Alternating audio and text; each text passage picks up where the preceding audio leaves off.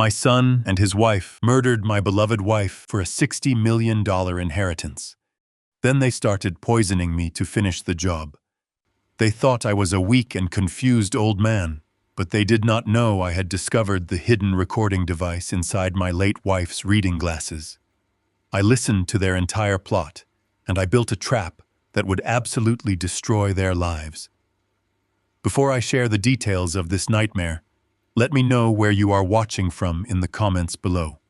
Hit the like button and subscribe if you believe that blood does not give anyone the right to betray you. The digital audio crackled in the dead silence of my study.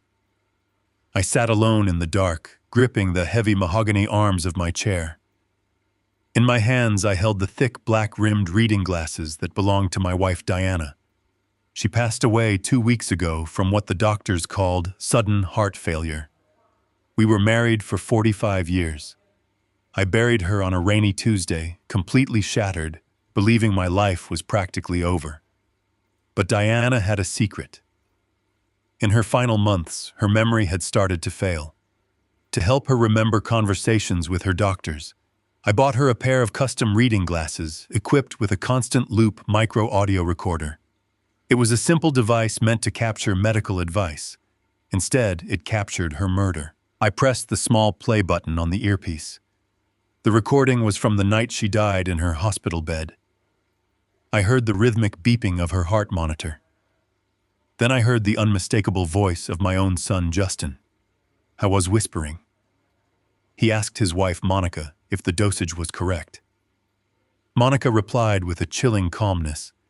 She said the synthetic cardiac toxin would be untraceable. She said Diana's heart would stop within 10 minutes. I sat frozen in my study, the air suddenly trapped in my lungs. My own flesh and blood had stood over the woman who gave birth to him and orchestrated her execution. The recording did not end there. Justin let out a low, satisfied laugh. He told Monica that they needed to move fast on the remaining estate. He specifically mentioned my evening chamomile tea. Monica replied that 10 drops a day would mimic the natural onset of severe neurological decline and eventual cardiac arrest. She said it would look exactly like a broken heart. I slowly lowered the glasses. My eyes drifted to the edge of my desk. A porcelain cup of chamomile tea sat there, still warm, half empty. For the past week, I had been suffering from violent hand tremors, blurry vision, and bone-deep fatigue. I thought I was simply crumbling under the weight of grief. I thought my 70-year-old body was finally giving out. I was wrong. I was not dying of a broken heart. I was being systematically poisoned by the son I had raised. A surge of pure adrenaline replaced the fatigue in my veins. Panic was a luxury I could not afford. If I confronted them now, I would be dead before morning. They had youth strength and access to my home. I needed undeniable proof. I opened my desk drawer and pulled out a sterile glass vial left over from Diana's medication kit. My hands shook not from the poison, but from a cold, blinding rage. I carefully poured the remaining chamomile tea into the vial and sealed it tight. I walked over to the adjoining bathroom, rinsed the porcelain cup thoroughly, and filled it with plain tap water. I sat back down in the dark, just as the heavy oak door of my study creaked open. Justin stepped into the room. He wore a crisp suit, looking every bit the successful businessman I had financed him to be. He carried a silver tray. He cast a quick evaluating glance at me. I immediately slumped forward in my chair. I forced my hands to shake violently against the armrests. I let my jaw go slack, playing the role of the broken, senile old man they wanted me to be. Justin walked over with a sickeningly sweet smile. He asked how I was feeling tonight. He placed a hand on my shoulder, a touch that made my skin crawl with revulsion. I mumbled incoherently, staring blankly at the wall. I reached for the cup with trembling fingers and drank the plain water. Justin watched my throat swallow the liquid. His smile widened into a smirk. He took the empty cup from my hands, patted my back, and told me to get some rest. He turned and walked out, closing the door softly behind him. Once I was alone, I let out a breath I did not know I was holding. I had survived the night. but my survival meant nothing if I could not expose them. I looked up at the corner of the ceiling. A small red light blinked in the shadows. Monica had installed high-definition security cameras in every room of the house last week. She claimed it was to monitor my health and ensure I did not fall. I now realized it was a digital prison. They were watching my every move. I could not simply walk out the front door and go to the police. I had no solid evidence yet, and my cognitive decline had already been documented by their hand-picked doctors. If I made a scene, they would just commit me to a psychiatric ward. I needed to get the poisoned tea out of the house. I needed an ally on the outside. Every morning at exactly 8 o'clock, Justin allowed me 30 minutes of fresh air in the backyard. It was the only area of the property without direct camera coverage, though he always watched me from the kitchen window. I slipped the glass vial into the deep pocket of my wool cardigan. I grabbed my wooden cane and shuffled out the back door, dragging my feet across the patio stones. The morning air was crisp and biting. I walked toward the old rose bushes Diana had planted decades ago. The soil was soft there. I knew Justin was observing me through the glass, waiting for me to stumble.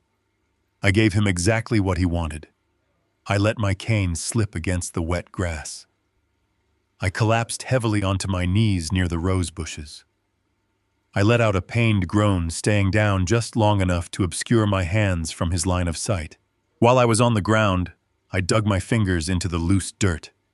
I shoved the glass vial deep into the soil and covered it completely. I grabbed the edge of the stone planter and hauled myself up, panting heavily. I continued my slow walk towards the edge of the property line, near the large oak tree. Inside a hollow knot at the base of the trunk, I kept an old prepaid cell phone.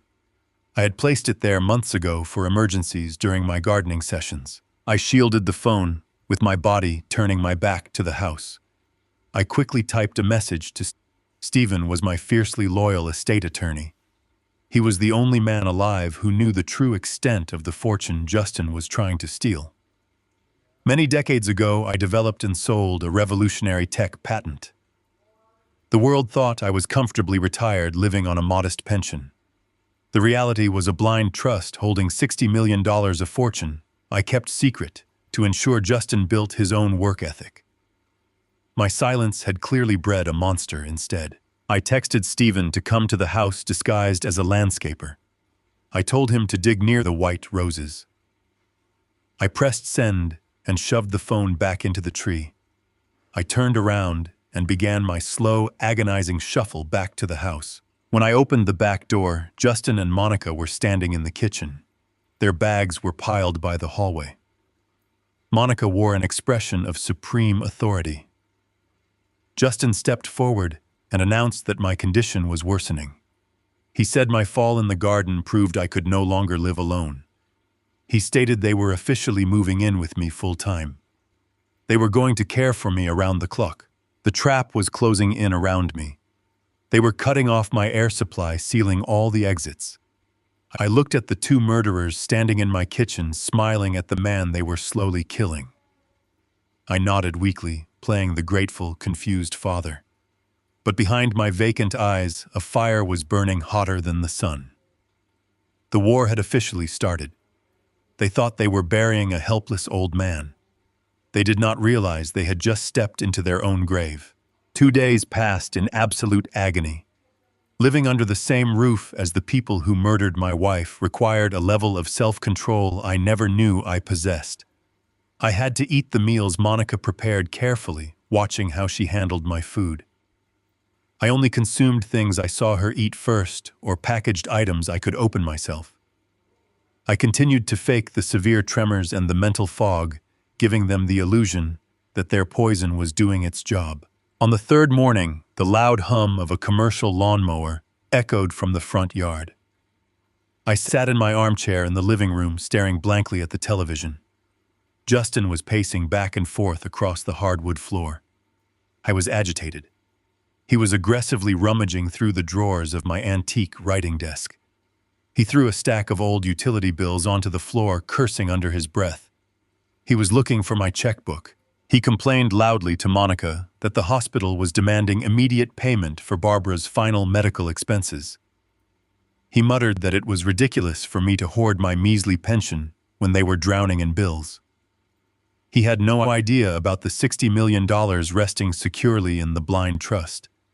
He thought I was just a stubborn old man clutching onto a few $1,000s in a checking account. I watched him tear my desk apart, feeling a deep sense of disgust. Through the large bay window, I saw a man in a neon green vest and a wide-brimmed hat pushing a lawnmower toward the side of the house. It was Stephen.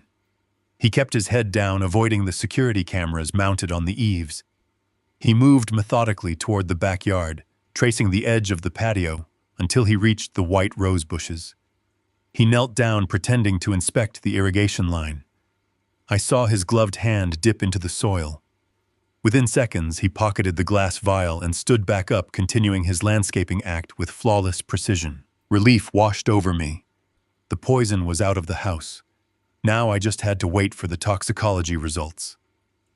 Justin slammed the desk drawer shut. He stomped over to my armchair, holding a temporary power of attorney document he had printed from the internet. He shoved a pen into my hand. He spoke to me in a loud, condescending tone as if I were a deaf child. He told me I needed to sign the paper so he could pay the hospital. He said it was just a formality to handle the immediate medical debt. I looked up at him with wide, vacant eyes. I let the pen slip from my fingers twice before gripping it clumsily. I slowly lowered the tip to the paper. I dragged the pen across the signature line, forcing my hand to jerk and stutter. I produced a barely legible, jagged scrawl that looked absolutely nothing like my real signature. It was legally useless, but Justin did not care. He snatched the paper away, examining the miserable attempt at a signature with a greedy gleam in his eye. He patted my head and told me I did a good job. He told Monica to get their coats because they were going to the bank. They left me alone in the living room, locking the front door behind them. I sat in my chair, listening to the sound of their car pulling out of the driveway. I knew Stephen was already on his way to an independent laboratory with the vial. The wheels of justice were finally turning. Justin thought he was securing his financial future by forcing a sick man to sign away his rights. He did not realize he was just signing his own confession. The suffocating atmosphere inside my own home had become almost unbearable. 2 days had passed since I managed to smuggle the glass vial out to my attorney.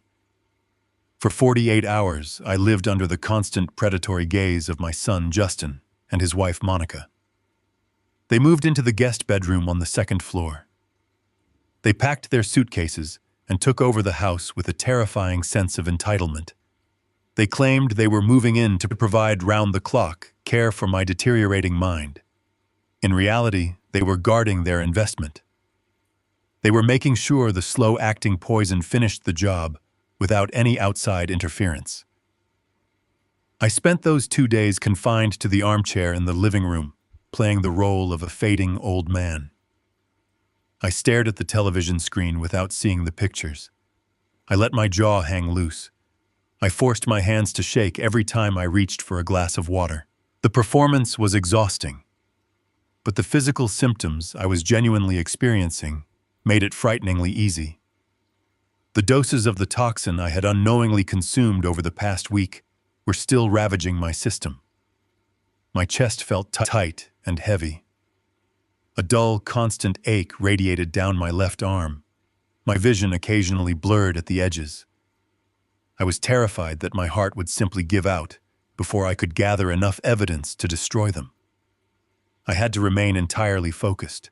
Thursday morning arrived with the loud, familiar rumble of the neighborhood garbage truck. This was the day of our scheduled dead drop. My attorney, Stephen, and I had established a strict protocol for communication. I sat near the large bay window, wrapped in a thick wool blanket. I watched the street intently. Justin was in the kitchen, loudly complaining to Monica about the rising cost of my property taxes. He paced back and forth, completely unaware that his financial greed was blinding him to his surroundings. I saw a sleek black sedan drive slowly past the house. A man wearing a gray hooded sweatshirt jogged past the driveway. He tossed a rolled-up newspaper directly into the large plastic recycling bin at the end of my driveway. It was a flawless execution. The jogger disappeared around the corner before the garbage truck even reached our block. I knew I had a window of exactly 3 minutes before the sanitation workers emptied that bin. I stood up from my chair and knocked a stack of magazines off the coffee table. I let out a loud groan of frustration. Justin marched into the living room with a look of supreme annoyance. I mumbled incoherently, pointing at a piece of crumpled paper on the floor. I told him I needed to take the trash out. I played the part of a stubborn, senile man obsessing over a meaningless chore. Justin rolled his eyes and let out a harsh laugh. He told me to go ahead and play janitor if it made my broken brain happy. He turned his back and walked away to the kitchen. I grabbed the small piece of trash and shuffled out the front door. The cold morning air hit my face, but I did not stop. I forced my legs to move faster than they had in weeks. I reached the recycling bin just as the massive garbage truck turned onto our street. I lifted the heavy plastic lid. I reached deep inside and grabbed the rolled-up newspaper. I shoved it quickly down the front of my trousers. I dropped my piece of trash into the bin and slowly turned around. I began my agonizing shuffle back up the driveway. Justin was watching me from the front window, holding his cup of coffee. I offered him a weak, vacant smile. He shook his head in disgust and walked away. Once inside, I headed straight for the master bathroom. I locked the heavy wooden door behind me. I turned the shower faucet all the way to the highest heat setting. The loud rush of the water echoed against the tile walls, masking any noise I made. Thick white steam quickly filled the small room, fogging the large mirror above the sink. I pulled the newspaper from my trousers. My heart pounded against my ribs like a trapped bird. Inside the folds of this newspaper was a sealed manila envelope. I tore the thick paper open with trembling fingers. The document inside was a highly detailed toxicology report from an independent medical laboratory. My attorney had expedited the testing. I scanned the dense paragraphs of medical terminology until I found the highlighted summary at the bottom of the page. The laboratory confirmed the presence of a rare synthetic cardiac glycoside in the chamomile tea. It was a highly sophisticated compound designed to attack the cardiovascular system. It caused progressive neurological fog, violent muscle tremors, and eventually a massive, untraceable coronary event. It was the exact substance that stopped my beloved wife's heart.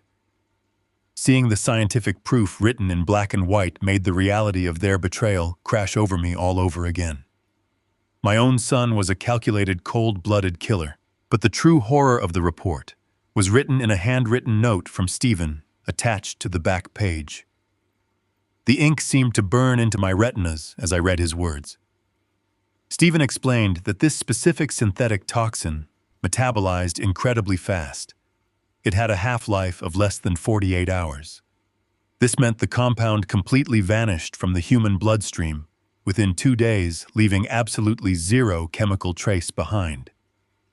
Stephen warned me that if I stopped drinking the poisoned tea, my blood would test completely clean by the time we involved the authorities. Without physical evidence of the active poison in my system, the police would never secure a conviction for attempted murder. A prosecutor would look at the case and see nothing but an old man making wild accusations against his concerned children. To prove they were actively poisoning me, I had to have the active poison in my veins. When the trap finally snapped shut, I lowered the papers to the bathroom counter. The steam curled around my face. I stared at my hazy reflection in the mirror. The reality of my situation was a nightmare of epic proportions. I had to become the perfect bait. I had to willingly consume a lethal substance just to keep the murder weapon alive inside my own body. If I drank too much, the poison would stop my heart, just as it had stopped my wife's heart. If I drank too little, the evidence would fade away, and my son would walk free. I was forced to play a game of Russian roulette with my own life. I had to calculate the exact minimal dosage required to keep the toxin measurable without crossing the fatal threshold. I closed my eyes and let the hot steam wash over me. I made the decision right there in the suffocating heat of the bathroom. I was going to risk everything. I was going to swallow their poison and use it to build their prison. That evening, the house was quiet. I sat in my usual chair waiting for the nightly ritual. Monica walked into the living room holding the familiar silver tray. She placed the porcelain cup of steaming chamomile tea on the small table next to me. She smiled down at me. It was a cold, empty smile devoid of any human empathy. Justin leaned against the doorframe watching me with predatory anticipation. They were waiting for me to take my medicine. They were waiting for me to take one step closer to the grave. I looked at the cup. I knew it was loaded with the exact weapon that murdered the only woman I ever loved. I reached out with a violently shaking hand. I wrapped my fingers around the warm porcelain. I raised the rim to my lips. I looked directly into my son's eyes. I took a small, measured sip. The bitter liquid burned down my throat. The poison settled in my stomach. I embraced the pain knowing that every toxic drop I swallowed was another nail in their coffin. I placed the cup back on the saucer and closed my eyes, waiting for the darkness to take hold. The days dragged on with an agonizing slowness inside the house that had become my prison. I continued to drink the bitter chamomile tea every evening, exactly as they expected. The physical toll on my 70-year-old body was devastating. My joints ached with a deep, persistent throb. My breathing grew shallow and labored. It took every ounce of my willpower just to stand up from my chair or shuffle across the living room carpet. But the true danger was not the poison running through my veins. The true danger was my son growing restless.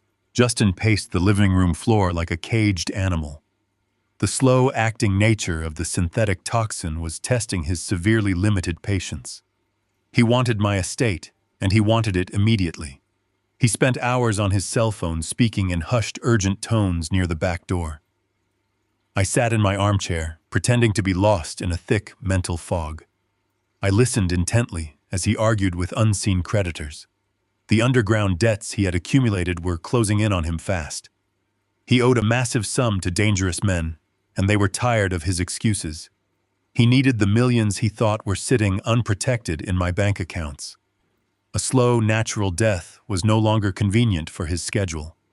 He needed cash today. The tension in the house reached a dangerous breaking point on a rainy Friday evening. Monica called us to the dining room for dinner. I shuffled toward the heavy wooden table, relying heavily on my cane. I took my usual seat at the head of the table. Justin sat to my right, aggressively tapping his fingers against the polished wood. Monica stood beside me holding a large ceramic bowl of steaming beef stew. The thick broth was boiling hot straight from the stove. Heavy trails of steam rolled off the surface, warming the air around my face. I reached for my soup spoon with a violently shaking hand. I played the part of a man whose brain was failing him completely. I let my mouth hang slightly open. I stared blankly at the blank wall behind my son. Monica did not set the bowl down on the table. Instead, she stepped intimately close to my chair. She tilted the heavy ceramic bowl just an inch. I saw the boiling brown liquid slosh dangerously close to the rim. She did not slip on the floor. She did not trip over the rug. She deliberately poured a steady stream of scalding hot soup directly onto my bare left hand and forearm. The heat was absolute blinding agony. The boiling broth soaked into my thin skin and splashed across my wrist. It felt like liquid fire melting through my flesh. A normal human being would have screamed in sheer terror. A normal father would have leaped out of his chair and cursed his daughter-in-law for her clumsiness. My brain screamed at me to pull my hand away, to clutch my chest and cry out for help. Every nerve ending in my arm fired a desperate warning signal begging me to react. I did none of those things. I bit down on the inside of my cheek hard enough to instantly draw blood. The sharp metallic taste of copper flooded my mouth. I used that intense hidden pain to anchor my racing mind. I forced my left arm to remain completely limp on the table. I did not flinch away from the burning liquid. I did not blink my eyes. I kept my gaze fixed on the empty wall, perfectly still and absolutely vacant. I let the blistering hot liquid burn my flesh and drip down onto the dining room floor. Justin leaned forward in his chair. He watched my face with the intense scrutiny of a predator studying its prey. He was looking for a single crack in my performance. He was waiting for a reflex, a gasp, a sudden twitch of my shoulder. He wanted to know if my brain was truly gone or if I was faking my symptoms. The soup test was a calculated medical experiment designed by a murderer. I gave him absolutely nothing. I sat there while the skin on my hand turned a bright, angry red. Blisters were already beginning to form along my knuckles. I slowly turned my head toward Monica. I looked at her with a dull, lifeless stare. I did not look down at the terrible burn. I did not acknowledge the agonizing pain radiating up my arm. I simply asked her in a weak, raspy voice if it was raining outside.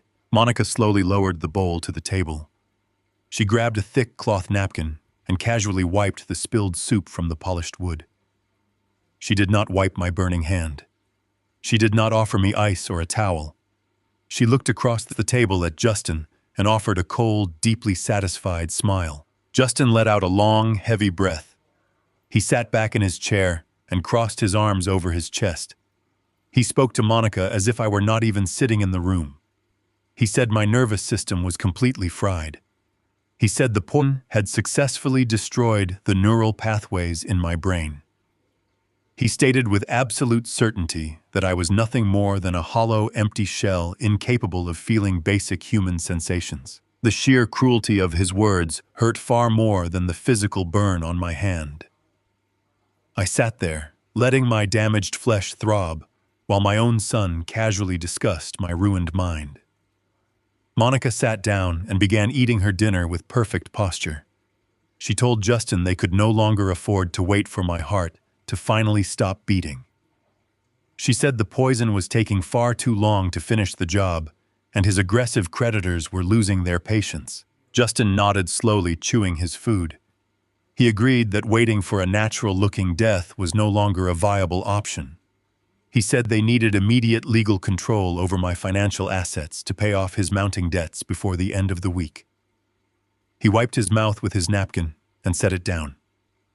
He declared that it was time to change their strategy immediately. He told Monica he knew a specific medical specialist located in the city.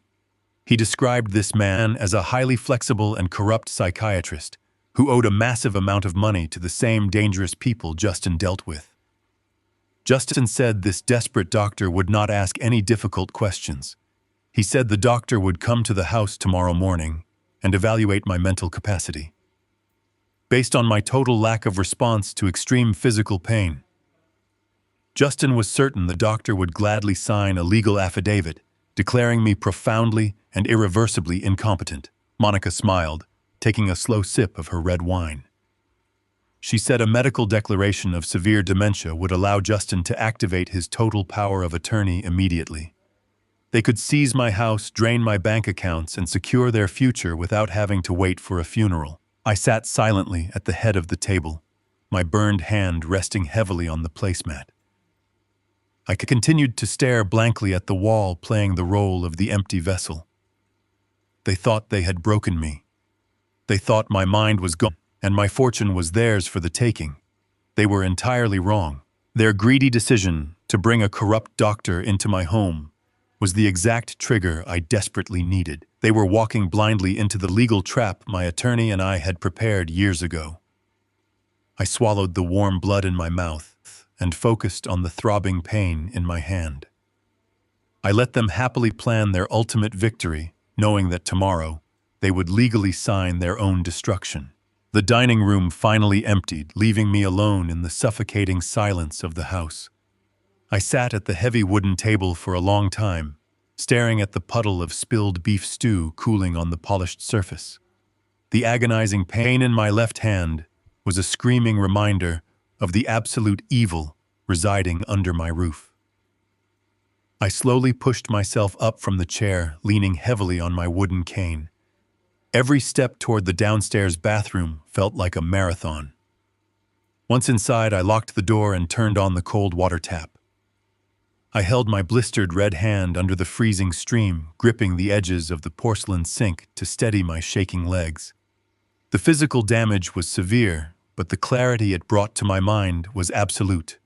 My son and his wife were no longer just waiting for me to die. They were actively accelerating my destruction. Through the thin walls of the hallway, I could hear Justin pacing upstairs in the guest bedroom.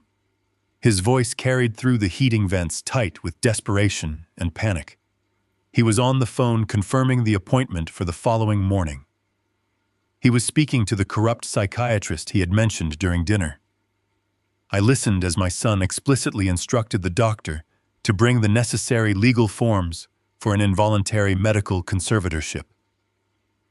Justin promised the man a massive cash bonus the moment the paperwork was filed and stamped by a judge. He was offering a bribe with money he intended to steal from my accounts. I turned off the cold water and gently wrapped a clean white towel around my throbbing hand.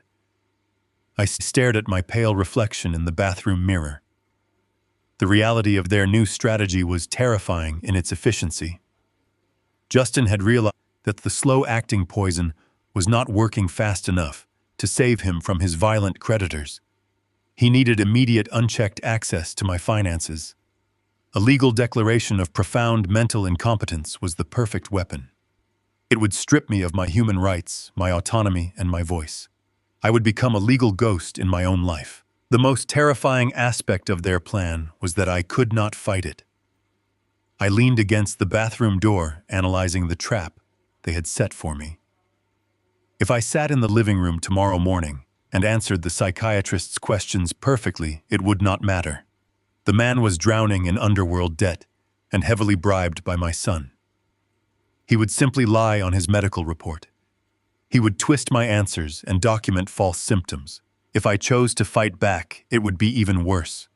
If I got angry, if I stood up and demanded that the corrupt doctor leave my property, Justin would use my righteous anger against me. He would point to my outrage as undeniable proof of my supposed dementia. He would tell the doctor that I was experiencing a severe psychotic break, making me a violent danger to myself and others. They would use my resistance to justify calling the police or an ambulance to physically drag me out of my home. The game was entirely rigged. There was absolutely no way to win by playing by their rules. The stakes were absolute.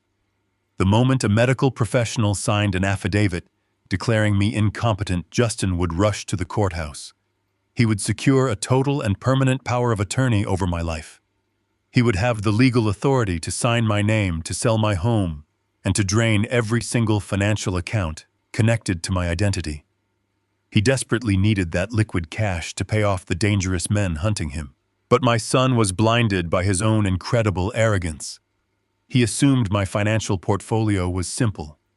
He assumed I was just a tired, retired man relying on a modest pension and a basic savings account. He knew absolutely nothing about the $60 million resting securely in offshore accounts. More importantly, he knew absolutely nothing about the impenetrable legal architecture my attorney Stephen had built around that massive fortune decades ago. When my technology patent first sold for millions, Stephen and I spent weeks drafting the foundational documents of my estate. Stephen was a brilliant, profoundly cautious lawyer. He warned me that elderly individuals with vast hidden wealth were the primary targets for financial predators.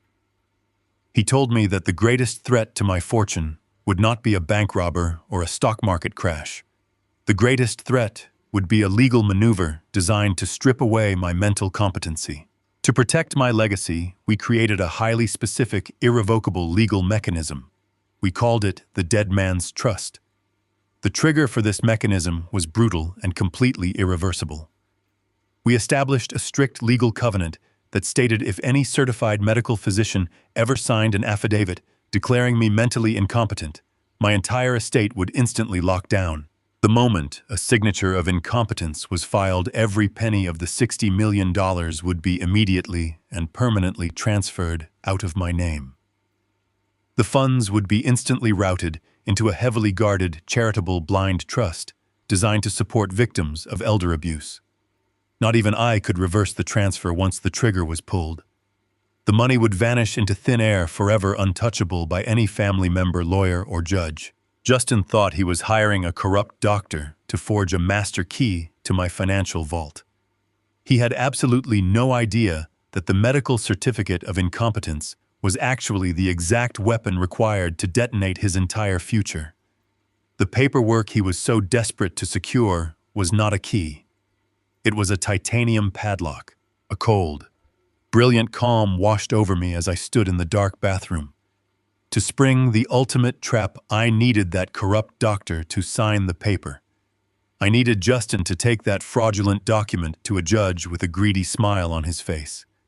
I could not afford for the bribed physician to have any second thoughts or ethical hesitations. I had to give them a performance so undeniably convincing that the doctor would feel completely justified in his fake diagnosis. I walked slowly back to my bedroom, my mind working with razor-sharp precision. I would not just sit quietly and play confused tomorrow morning. I would be spectacularly broken.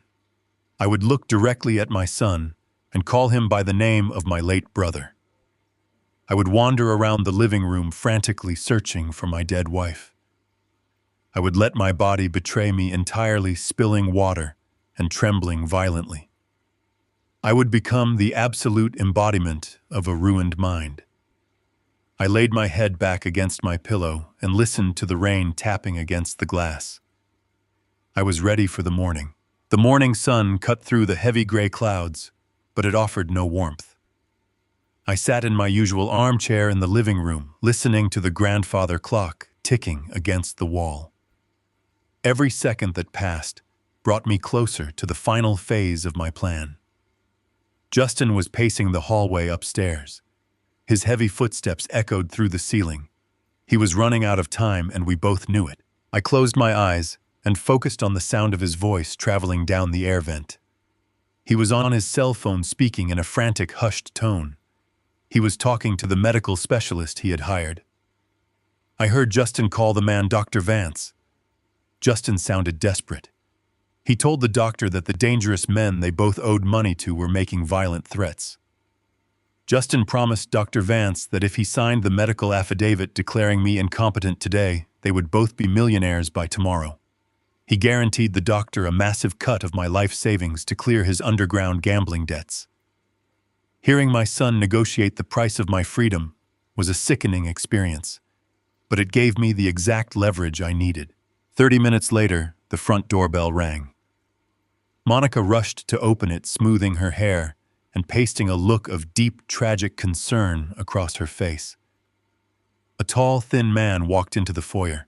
He carried a worn leather briefcase, and his eyes darted around the room nervously. This was Dr. Vance. He did not look like a respected medical professional. He had dark circles under his eyes and a thin sheen of sweat on his forehead. He looked like a man running for his life. Justin hurried down the stairs and shook the doctor's hand. They exchanged a look of pure mutual desperation. Justin guided Dr. Vance into the living room and pointed toward my armchair. I sat perfectly still, resting my hands on my knees. I decided to test the waters before deploying my final performance. I wanted to see exactly how corrupt this physician truly was. Dr. Vance sat on the sofa across from me. He opened his briefcase and pulled out a stack of official legal and medical forms. He did not even bother to conduct a standard physical examination. He simply clicked his pen and asked me what year it was. I looked him directly in the eyes and answered with perfect clarity. I told him the exact date, the day of the week, and the current time. I spoke with a steady, even voice that left no room for doubt. Dr. Vance did not write down my correct answers. Instead, he let out a heavy, dramatic sigh. He looked at Justin and asked if I always fabricated these wild delusions. Justin nodded grimly. He placed a comforting hand on his wife's shoulder and lied straight to the doctor's face. Justin said I had been wandering the house at night talking to people who were not there and forgetting my own name. Monica chimed in, wiping a completely fake tear from her cheek. She told the doctor that I had forgotten how to feed myself and that taking care of me was becoming a severe emotional burden. Dr. Vance scribbled furiously on his notepad, documenting every single lie my family told him. Then the doctor turned his attention back to me. He began to ask a series of aggressive, loaded questions designed to trap me. He pulled a piece of paper from his briefcase and asked me to draw the face of a clock showing the time as 11:10. I took the pen and drew a perfect circle, placing every number in its exact correct position. I handed the paper back to him. Dr. Vance looked at the flawless drawing and shook his head. He told me that my spatial awareness was completely destroyed and that my drawing was nothing but a mess of scribbles. He was twisting reality right in front of my eyes. He continued his assault, asking why I was acting so violently toward my caring family. He asked why I was refusing to eat the meals they prepared for me. He asked if I heard voices telling me to hurt people. There was no correct way to answer these questions. If I calmly denied the accusations, Dr. Vance would simply write that I lacked situational awareness and was masking my symptoms. If I grew angry and defended myself, he would document that I was highly volatile and dangerous. The entire evaluation was a carefully orchestrated sham. I stared at the sweat glistening on Dr. Vance's pale forehead. I looked at my son, who was watching me with a cold, predatory stare. I realized there was no medical evaluation happening in my living room. This was a legal execution. The paperwork resting on the coffee table was my death warrant. But as I sat there enduring their cruel questions, a sudden terrifying realization washed over me. I analyzed the trajectory of their plan and spotted a massive flaw that could ruin my entire strategy. If I sat there and maintained my composure, Dr. Vance might conclude that my supposed dementia was coupled with extreme paranoia. He might decide the easiest way to secure the power of attorney for Justin was to recommend an immediate involuntary psychiatric hold. If he signed a paper demanding I be transferred to a locked medical facility for observation, an ambulance would arrive within the hour. I would be dragged out of my home by paramedics and locked in a hospital ward away from my own security system. I could not allow that to happen. If they took me to a hospital, I would lose all communication with my attorney, Stephen. I would be completely vulnerable and isolated. Most importantly, I would not be in the house when Justin went to the bank to drain my accounts. I had to be here when he discovered the financial vault was completely empty due to the dead man's trust. I had to be waiting in the shadows when his absolute panic turned into violent rage. I needed to remain right where I was, to stay in my own home. I had to prove that I was profoundly and irreversibly incompetent, but completely docile. I had to convince this corrupt doctor that my brain was entirely broken, but that I was not a physical danger to anyone. I had to make him believe that the safest and most logical place for me was under the direct 24-hour supervision of my loving son. I had to fail this cognitive evaluation so spectacularly that there would be no need for a hospital observation. I had to give them exactly what they needed to secure the power of attorney right now in this very room. I lowered my gaze to the carpet. I let my shoulders slump forward, collapsing into myself like a deflated balloon. I prepared my mind to abandon all logic and reason. I was about to deliver a performance that would seal their fate forever. The trap was perfectly set, and I was entirely ready to hand them the key to their own destruction. I sat in my armchair and took a slow, deep breath. The stale air of the living room felt heavy in my lungs. I looked at the corrupt physician sitting across from me. I looked at my son standing near the doorway with a predatory gleam in his eye. I knew this was the exact moment I had to surrender my dignity to win the war.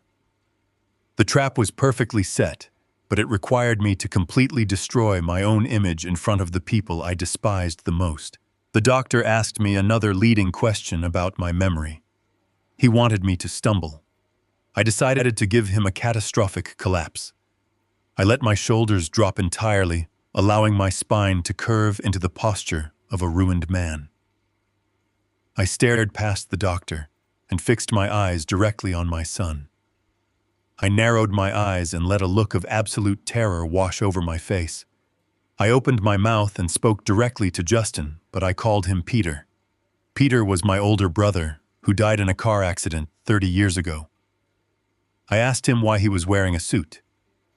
I asked him how he had escaped from the hospital. Justin was momentarily taken aback by the sheer authenticity of my delusion. I saw a brief flash of genuine surprise cross his face. Then a cruel, highly satisfied smirk formed on his lips. He looked at the doctor and tapped his index finger against the side of his own head, indicating that my brain was completely gone. Monica gasped loudly from the corner of the room. She covered her mouth with her hands, putting on a magnificent theatrical performance of a heartbroken daughter-in-law. I knew a simple hallucination was not enough to secure a permanent power of attorney without a mandatory hospital stay. I needed to show profound grief and harmless disorientation. I needed the doctor to believe that the safest place for me was locked inside my own home under my family's control. I began to hyperventilate. I clutched the fabric of my sweater right above my chest. I started calling out for my dead wife. I begged Diana to come downstairs. I cried out that there were strangers in the house, and they were frightening me. I pushed myself up from the armchair.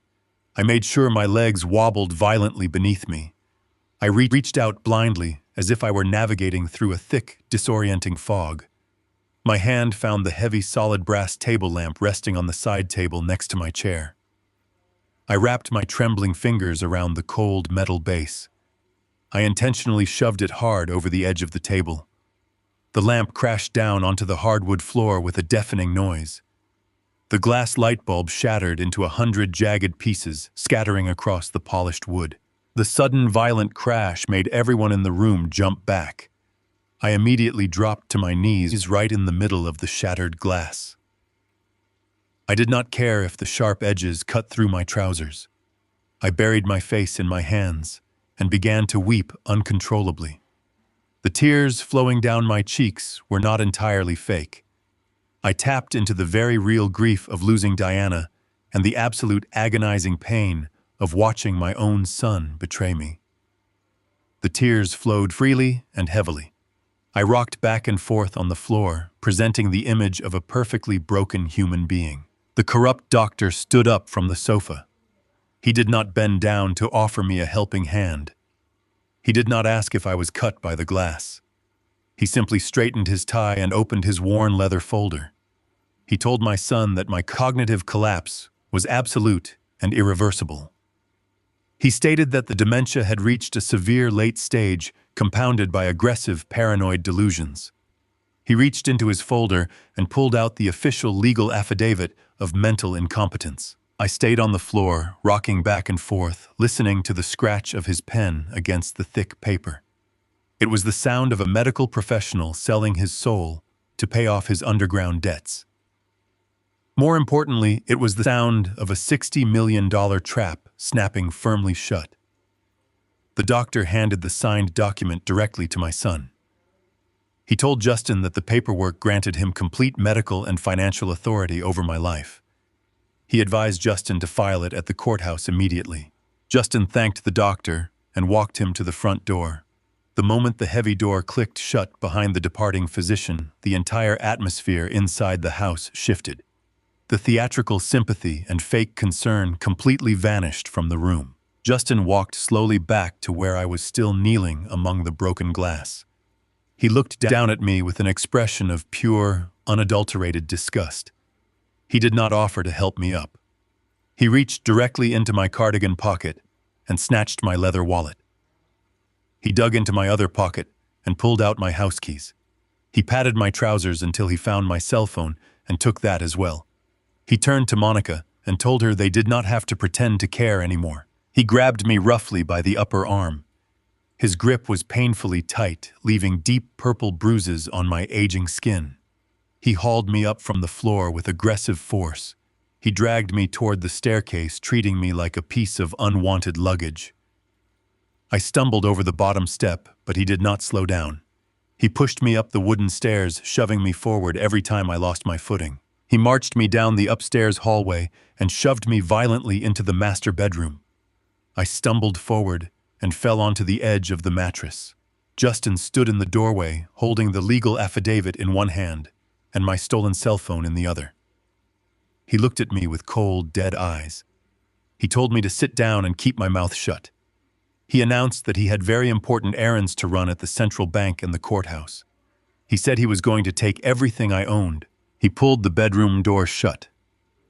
I heard the loud metallic click of the heavy deadbolt sliding into place from the outside. They had installed external locks on my bedroom door while I was downstairs. I was now completely locked inside my own room. I was isolated from the outside world, without a phone, without keys, and without any way to call for help. I sat on the edge of the mattress, listening to their hurried footsteps fading down the stairs. I heard the front door open and close.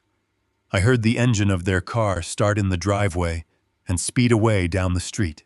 The house fell into absolute crushing silence. I was entirely alone, locked in a room by the son who was actively trying to murder me. But as I sat there in the quiet stillness, I did not feel an ounce of fear. I felt a cold, soaring sense of absolute triumph. My son was rushing toward blindly carrying a fraudulent medical document he thought was the master key to my fortune. He was racing toward the bank, consumed by his own greed and his desperate need to pay off his dangerous creditors. He had absolutely no idea that the piece of paper in his hand had just triggered the dead man's trust.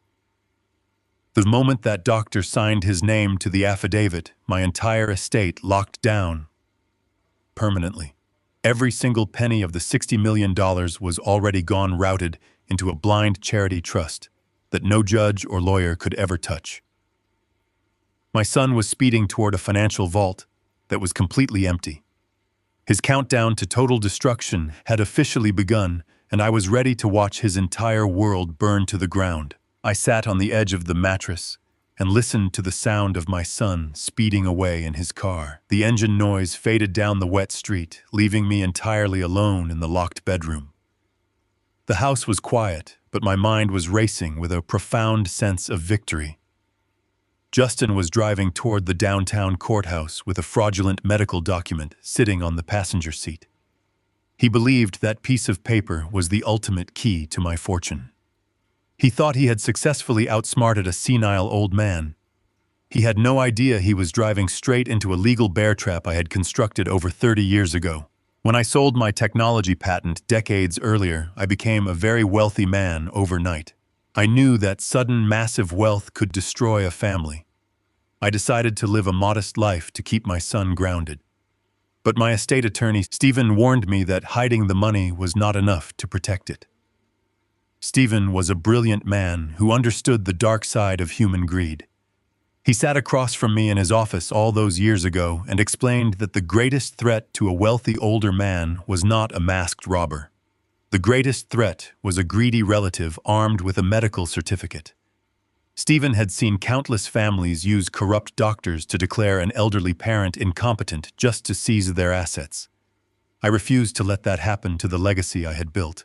We spent weeks drafting a highly specific and completely irreversible legal mechanism. We called it the Dead Man Trust. It was an absolute financial firewall designed to trigger automatically under one very specific condition. We embedded a strict covenant into the very foundation of my estate. The clause stated that if any medical professional ever signed an affidavit declaring me mentally incompetent, my entire financial portfolio would instantly and permanently lock down. The rules of the trust were ruthless. The moment a signature of incompetence was officially notarized and filed, every single penny of my $60 million would be stripped from my name. The money would bypass all family members and transfer directly into an impenetrable blind trust. That trust was specifically designated to fund nonprofit organizations dedicated to fighting elder abuse. I made sure the legal wording was ironclad. Once the trigger was pulled, not even I could reverse the transfer. No judge or high-priced lawyer could undo the movement of the funds. The money would simply vanish from the private sector and go toward helping people who were actually suffering. I walked over to the bedroom window and looked out at the rain falling on the driveway. I pictured my son walking up the marble steps of the county courthouse. I could vividly imagine the arrogant smirk on his face. He was likely adjusting his expensive tie and rehearsing his performance as the deeply concerned son. He would walk up to the clerk window and slide the fraudulent medical affidavit across the counter. He would present the fake psychological evaluation, along with his application for total financial and medical power of attorney. I thought he was being so clever. He thought bribing a desperate doctor with underground gambling debts was a masterful stroke of criminal genius. He assumed my finances were sitting in a simple local bank account, just waiting for a designated guardian to come along and make a withdrawal. He had spent months manipulating my life, invading my privacy, and plotting my demise, all for a payday he was about to actively destroy. I imagined the court clerk reviewing the paperwork. I pictured the heavy rubber stamp coming down on the medical affidavit. A loud, solid thud echoing in the municipal building. That single stamp was the detonator. In that exact second, an automated legal protocol would initiate. A digital alert would flash across the secure servers at Stephen Law Firm. The massive offshore accounts holding the wealth of my entire life would instantly drain to zero. The $60 million would surge through the digital banking ether and disperse into a dozen protected charitable accounts. The fortune I had guarded for decades would be completely gone in the blink of an eye. I smiled at the wet glass of the window. My son was using the legal system to strip me of my human rights. In return, the legal system was stripping him of his entire future. The poetic justice of the Dead Man Trust was absolute perfection. He was doing all the hard work to ensure that his victims were avenged and that his own life was ruined. But my smile slowly faded as the cold reality of my immediate situation settled into my bones.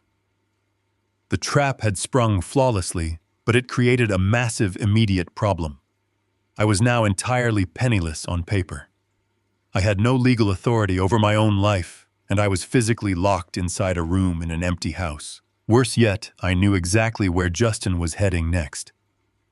Once the clerk handed him the finalized power of attorney documents, he would run straight to the central bank. He would walk through the glass doors with his chest puffed out, ready to demand a massive cash withdrawal.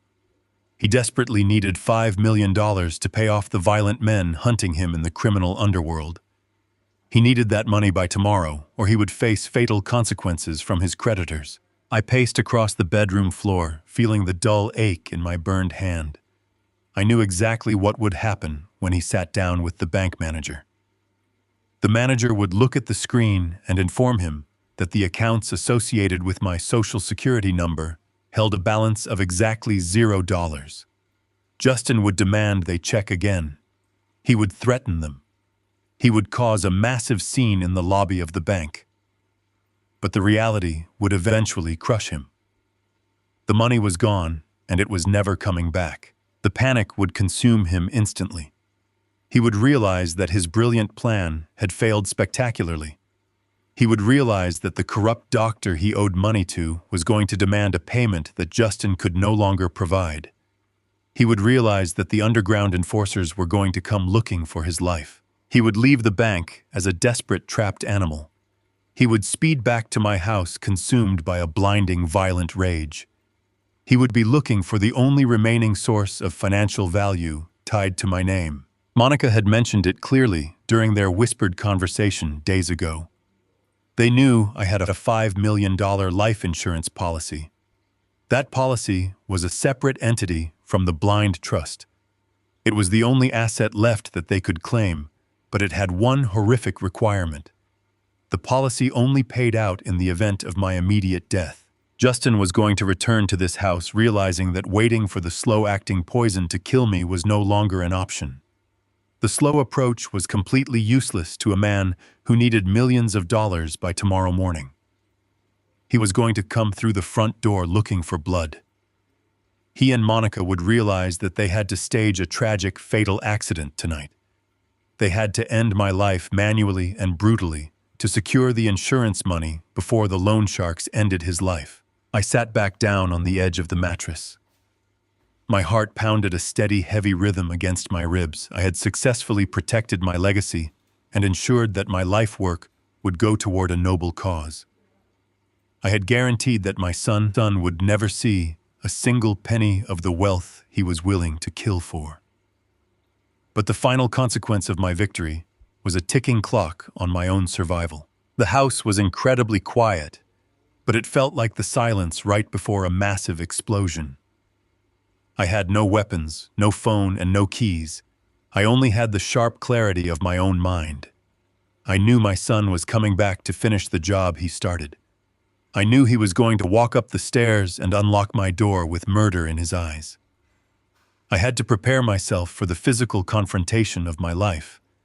I had to find a way to survive the night and ensure that when the police finally arrived, they would find a cold-blooded killer caught perfectly in his own web. The crushing silence of the locked bedroom was suddenly broken by the aggressive screech of tires on wet asphalt. I pushed myself up from the edge of the mattress and moved slowly toward the window. Down below, in the rain-soaked driveway, my son's car had returned. He had driven away less than 20 minutes ago, heading for the downtown courthouse.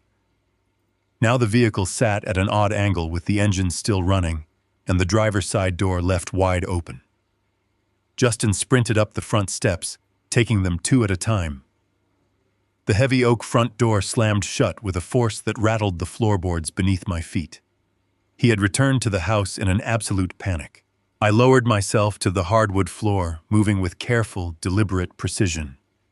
I crawled toward the corner of the bedroom, where a large brass air conditioning vent was set into the floor. The old house had a network of wide metal ductwork that carried sound perfectly from the ground floor living room directly up to my bedroom. I pressed my ear against the cold brass grate and slowed my breathing. I closed my eyes and focused entirely on the acoustic echoes traveling up the metal shaft. Downstairs, I could hear the frantic, heavy footsteps of my son pacing across the carpet. He was tearing through the drawers of the wooden console table near the entryway. I was searching for his leather briefcase and his secondary identification documents. He needed everything perfectly in order for the massive international wire transfer he was about to request. As he rummaged through the drawers, the sharp, piercing ringtone of his cell phone cut through the air. The sound echoed up the vent, crisp and clear. Justin stopped moving. The ringing continued for 3 long, agonizing seconds before he finally answered. He did not offer a confident greeting. His voice came through the metal ductwork, trembling and stripped of all its usual arrogance. He spoke in a hushed, terrified whisper. He begged the person on the other end of the line to give him just a few more hours. He swore on his life that the paperwork was finalized and sitting right in front of him. The voice on the other end of the phone was muffled, but the sheer panic radiating from my son told me everything I needed to know. Justin was not speaking to a bank manager or a late-paying client. He was speaking to the criminal underworld. He was speaking to the violent men who owned his massive gambling debts. I pressed my ear harder against the cold brass grate, straining to catch every single syllable. Justin began to plead with the caller. He used the exact numerical figure. He promised that a wire transfer for $5 million would be initiated before the financial institutions closed their doors at 5 o'clock that afternoon. He swore repeatedly that the money was fully secured and completely under his legal control. He begged the caller to call off the men who were currently watching his house and his wife. He promised that they would have every single penny by sunset. The call ended abruptly. A heavy, suffocating silence settled over the first floor. Then a sudden, violent crash echoed up the vent. Justin had hurled something heavy across the living room, smashing it against the drywall in a fit of pure, terrified rage. He began screaming for Monica. His voice was raw and ragged, tearing through the house like a wild animal. Monica ran into the living room, her footsteps frantic and uneven. Justin did not bother to lower his voice.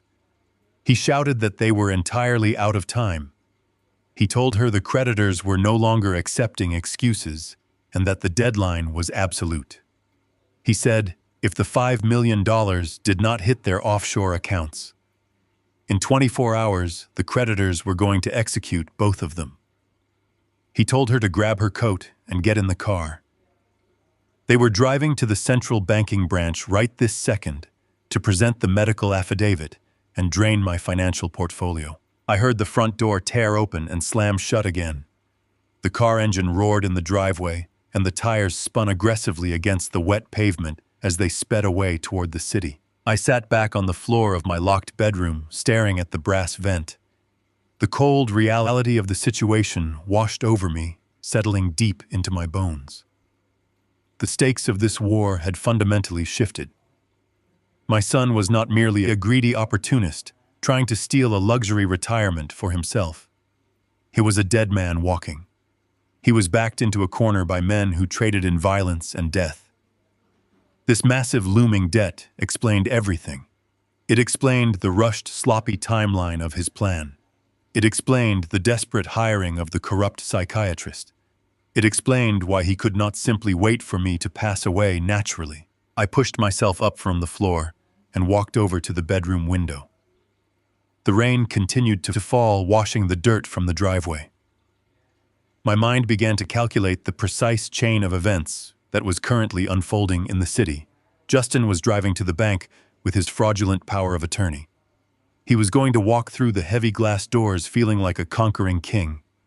He would present the paperwork to the branch manager, demanding an immediate $5 million wire transfer to satisfy his violent creditors. The manager would take the documents and type my social security number into the banking system. And then the brilliant, devastating reality of the Dead Man Trust would reveal itself. The screen would show a balance of absolutely zero. I knew exactly how the system worked because my attorney Stephen and I had designed it to be flawless. The moment the corrupt doctor signed that affidavit of incompetence, my entire $60 million fortune was legally ripped from my name. The money was already gone, swept into impenetrable charitable foundations that no bank manager could access. Justin would stare at the computer screen, and his entire world would collapse. He would demand they check the hidden offshore accounts. The manager would confirm that those accounts were also entirely empty. The fortune he had plotted and murdered for had vanished into thin air. I stood in the center of my bedroom, visualizing the absolute terror that would consume my son in that banking lobby. The realization would hit him with the force of a freight train. The money was gone. The corrupt doctor would still demand his bribe. The underground enforcers would still demand their $5 million. Justin would leave that bank as a desperate, doomed animal. And what happens to a cornered animal when their survival is threatened? They attack with absolute ruthless violence. Justin would speed back to this house consumed by a blinding, murderous rage. He would realize that his brilliant, bloodless plan had failed spectacularly. He would realize that the slow-acting poison in my evening chamomile tea was no longer a viable strategy. A slow, natural-looking decline takes days or even weeks. Justin only had 24 hours to produce $5 million or forfeit his own life. My mind locked onto the only remaining financial asset tied to my name. It was the only piece of wealth entirely separate from the blind trust. I held a $5 million life insurance policy. It was the exact amount of money he needed to save his own skin. But that specific insurance policy had one crucial, horrific stipulation. It only paid out its dividends upon the immediate physical death of the policyholder. The slow approach was dead. Justin was going to return to this house realizing he needed a body bag today. He needed a tragic, sudden accident. He needed me to suffer a fatal fall down a steep flight of stairs or a massive, violent cardiac event. brought on by sudden trauma. He and Monica were going to walk through the front door, knowing they had to end my life manually and brutally to secure the insurance money before the loan sharks arrived to end theirs. I looked around my locked bedroom. I had no weapons, no telephone, and no physical exit. I was an old man trapped in a wooden box waiting for his executioners to arrive. But they were making a fatal miscalculation.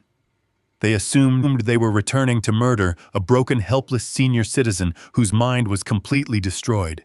They had absolutely no idea they were walking into a steel trap built by a man who had already engineered their total destruction. I rolled my shoulders and took a deep, steadying breath. I prepared my mind and my body for the violent physical confrontation that was inevitably coming. I was ready to face the absolute wrath of a desperate killer. The heavy wooden front door did not just open. It was violently kicked inward. The massive slab of oak slammed against the entryway wall with a force that shook the floorboards beneath my knees. I remained perfectly still on the floor of my locked bedroom. I pressed my ear firmly against the cold brass grate of the air conditioning vent.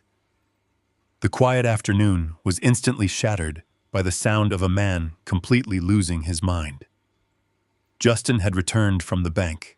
He roared like a wounded animal. The sound tearing from his throat was not a word, but a raw scream of absolute agony. A heavy piece of furniture crashed to the ground downstairs. The antique console table in the hallway shattered against the hardwood floor. I heard the sharp, explosive sound of porcelain breaking into hundreds of tiny pieces.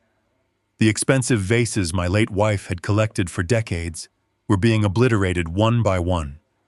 Justin was physically destroying the house because his entire reality had just been destroyed. Monica rushed down the stairs from the second floor. Her hurried footsteps echoed through the metal ductwork. She shouted at him, demanding to know what was happening. She asked if the bank had delayed the wire transfer. She asked if there was a holding period for the funds. Justin responded by throwing something heavy across the living room. It struck the drywall with a sickening thud. He screamed at his wife that there was no holding period. He screamed that there was no wire transfer, his voice cracked with a terrifying blend of panic and fury. He told Monica that the bank accounts were empty. He repeated the word zero over and over again until his voice went hoarse. He told her the bank manager looked at the computer screen and confirmed that every single penny of the $60 million was gone. Monica stopped moving. The sudden, heavy silence from her end of the room spoke volumes. She asked him in a small, trembling voice where the money went. Justin let out a dark, hysterical laugh. He told her the money was sitting inside a dozen impenetrable charitable foundations. He explained the Dead Man Trust exactly as the bank manager must have explained it to him. He told his wife that my estate attorney had built an automated legal firewall. He confessed the absolute most devastating detail of his failure.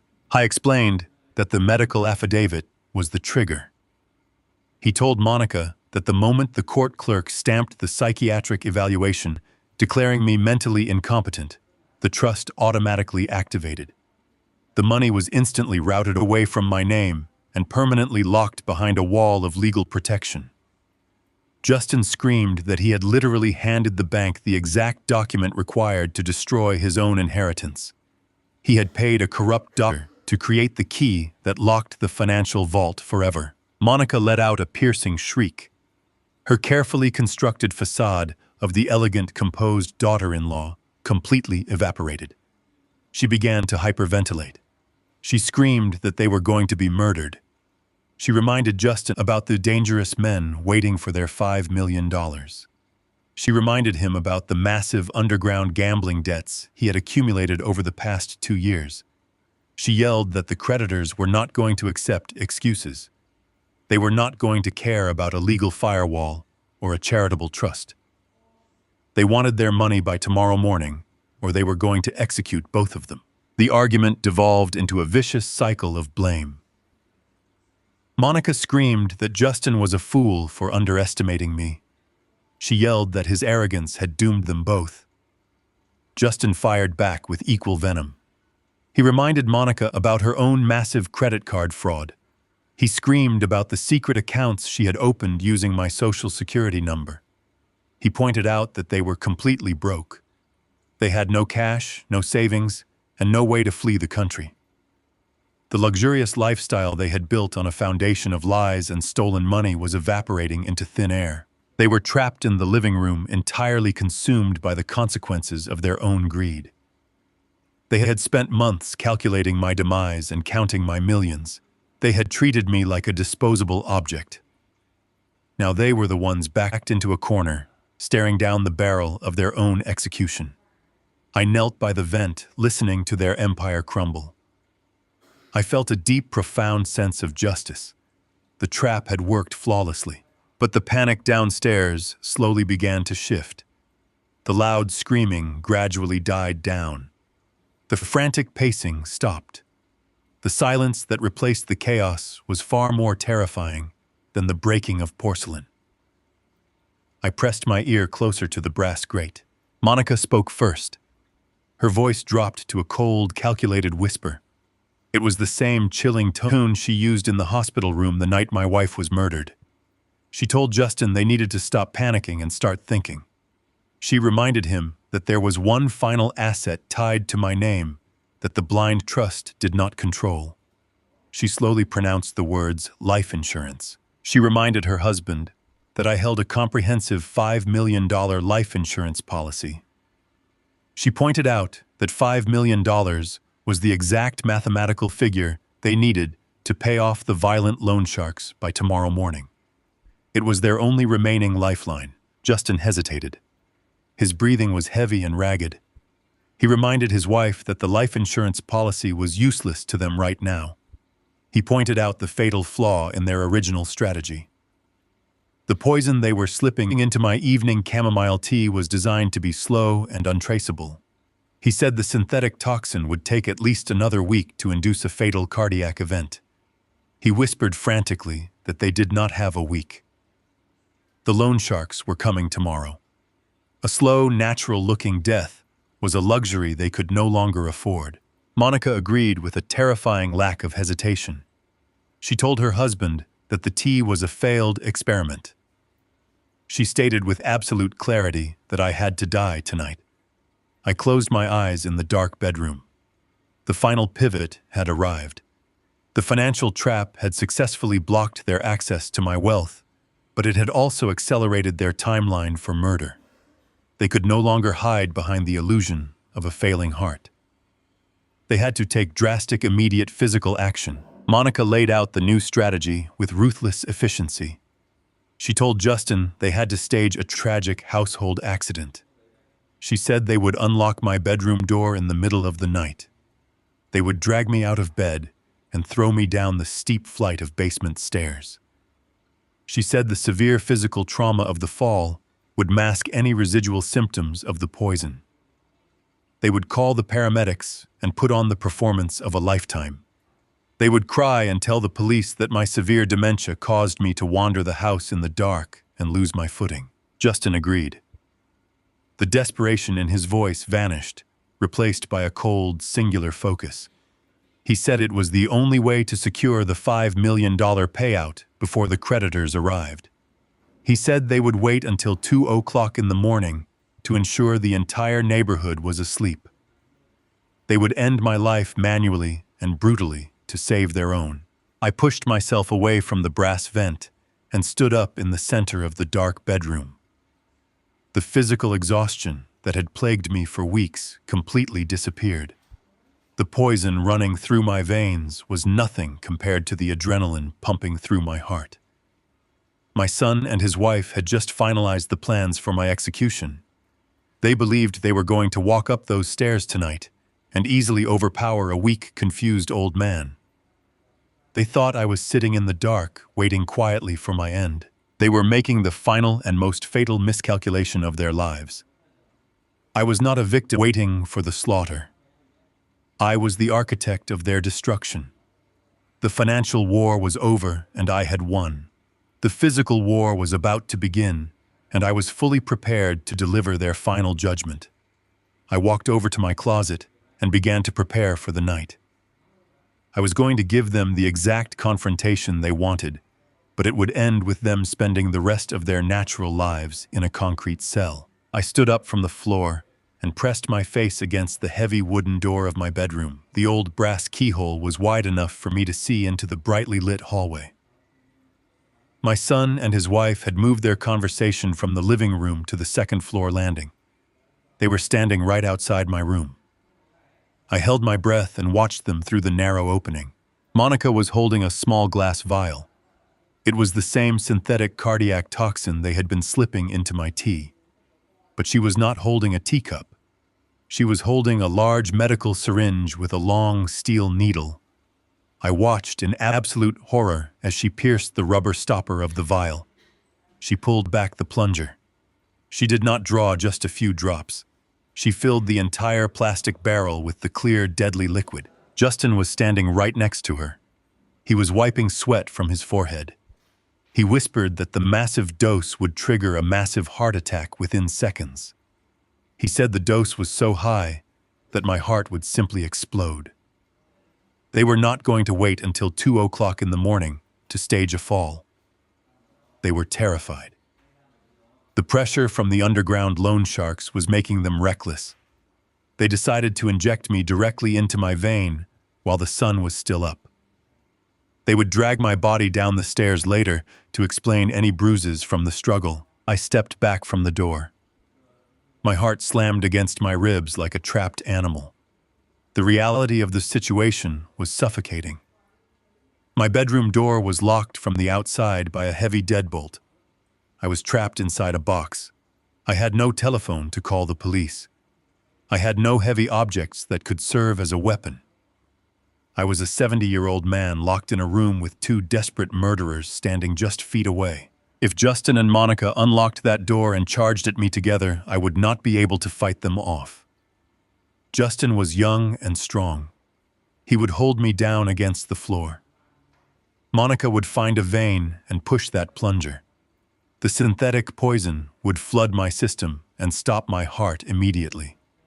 The dead man trust would successfully protect my fortune, but I would not be alive to see them punished. I would be a corpse on the bedroom floor. I looked at the window. The late afternoon sun was beginning to dip toward the horizon. The shadows in my bedroom were growing long and dark. I had less than an hour before they gathered the courage to walk through that door.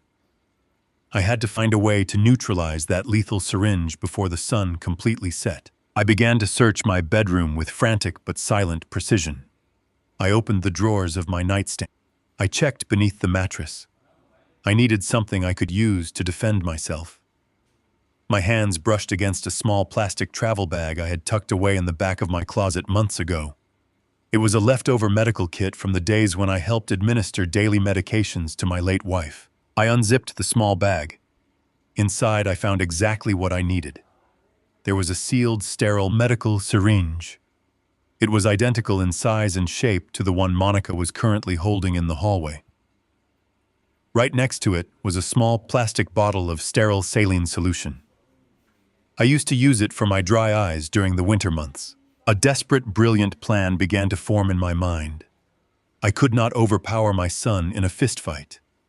I could not break down a solid oak door, but I could use their own arrogance against them. They believed I was a broken, confused old man, incapable of basic motor functions. They would never expect me to execute a precise sleight of hand. I carefully tore open the sterile packaging of the clean syringe. I removed the cap from the bottle of saline solution. I inserted the needle and slowly pulled back the plunger. I filled the barrel of my syringe with the harmless, clear salt water.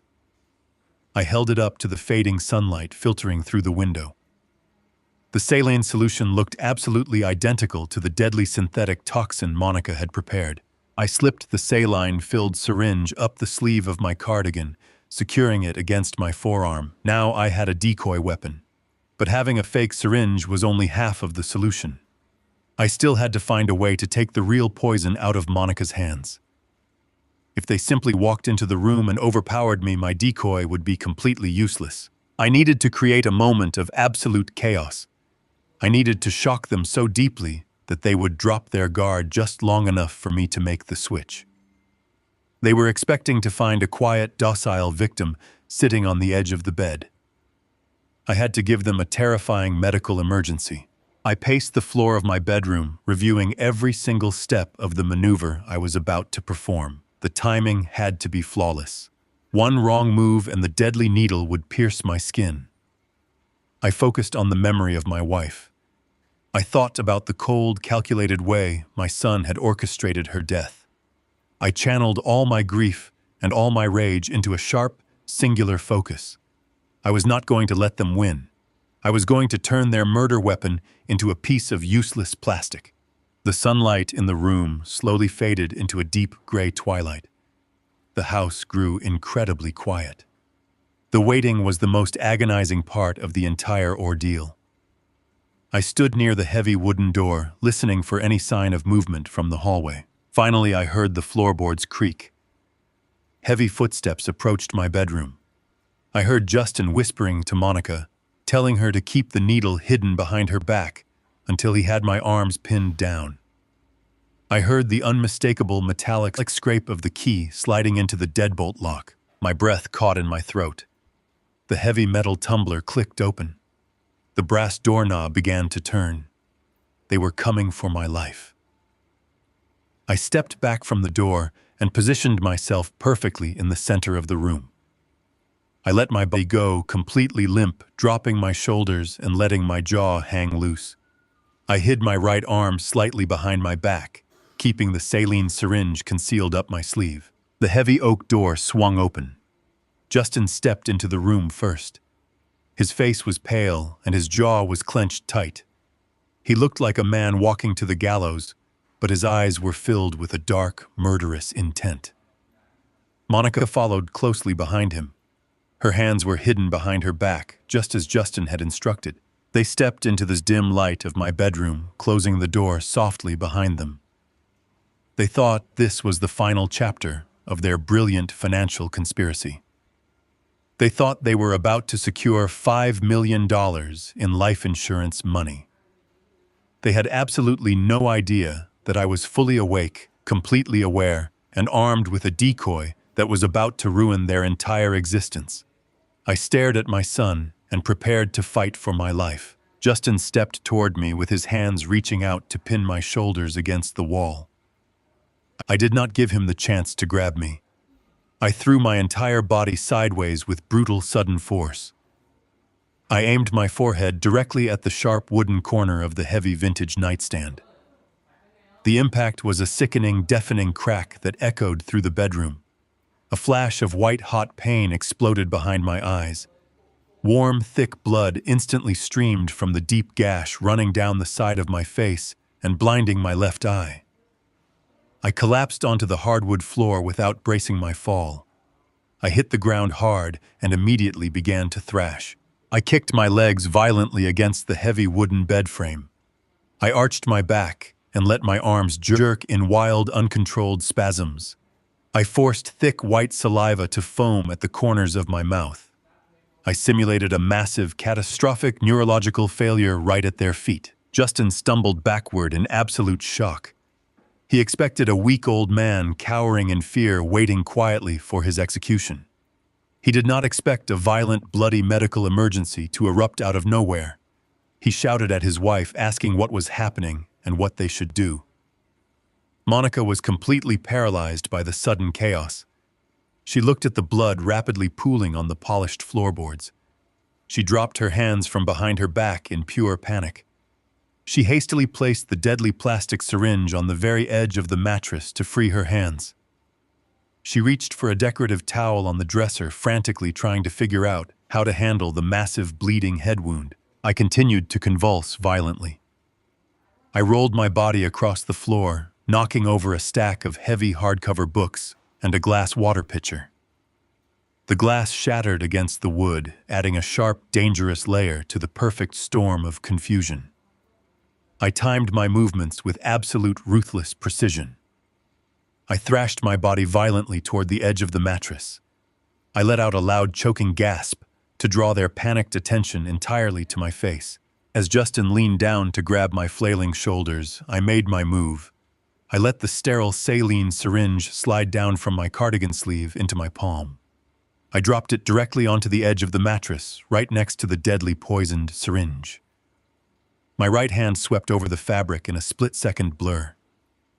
I scooped the poison-filled syringe into my palm and tucked it tight against my chest, hiding it beneath my sweater.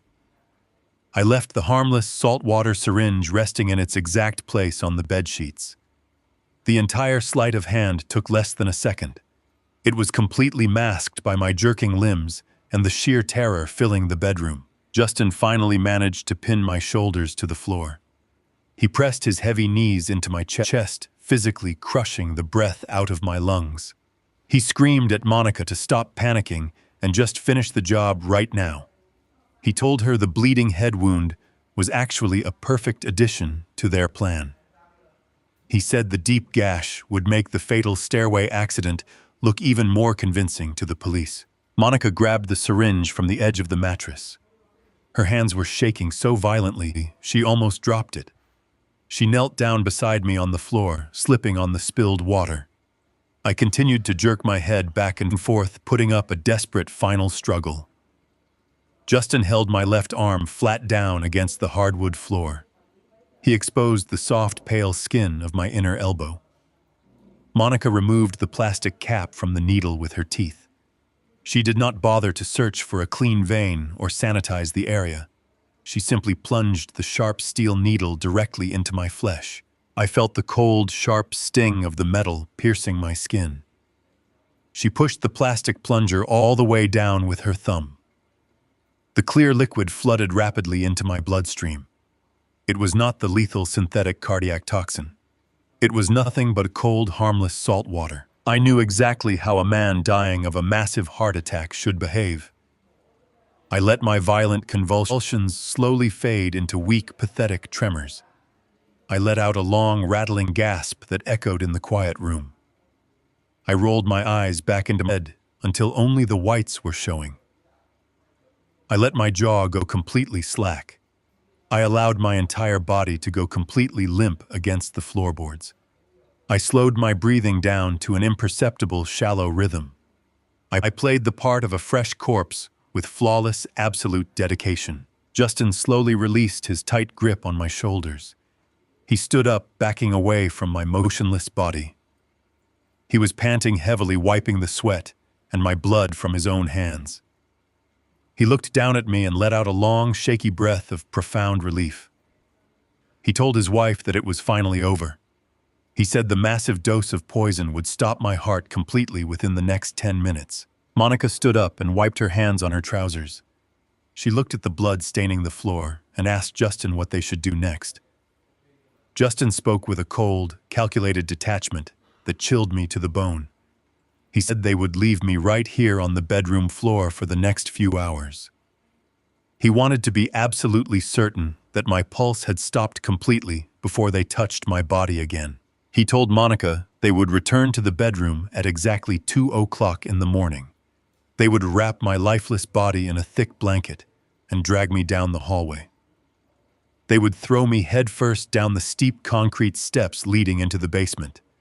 He explained that the brutal, violent tumble down the stairs would perfectly explain the deep gash on my forehead and the dark, defensive bruises on my arms.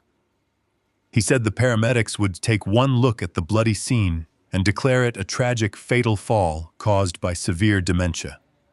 He said the life insurance company would write a $5 million check without asking a single question. Justin kicked my limp foot with his expensive leather shoe to make sure I was truly unresponsive. I did not move a single muscle. I did not let my eyelids flutter. He turned off the bedroom light, plunging the room into deep, heavy darkness. He told Monica to lock the door and go pack their bags. He said they were leaving the country tomorrow morning, the moment the life insurance money cleared the bank. I heard them step out into the hallway. The heavy wooden door closed with a solid, resounding thud. The brass deadbolt clicked loudly into place, locking me inside the dark room. The house fell into an eerie, absolute silence. I lay on the floor in the dark, perfectly still, for 5 long minutes. I listened to their footsteps moving around the second floor above me. When I was absolutely certain they were gone, I slowly sat up. The cut on my forehead throbbed with a dull, heavy ache, but I ignored the pain. I reached inside my bloody cardigan and pulled out the syringe filled with the deadly synthetic poison.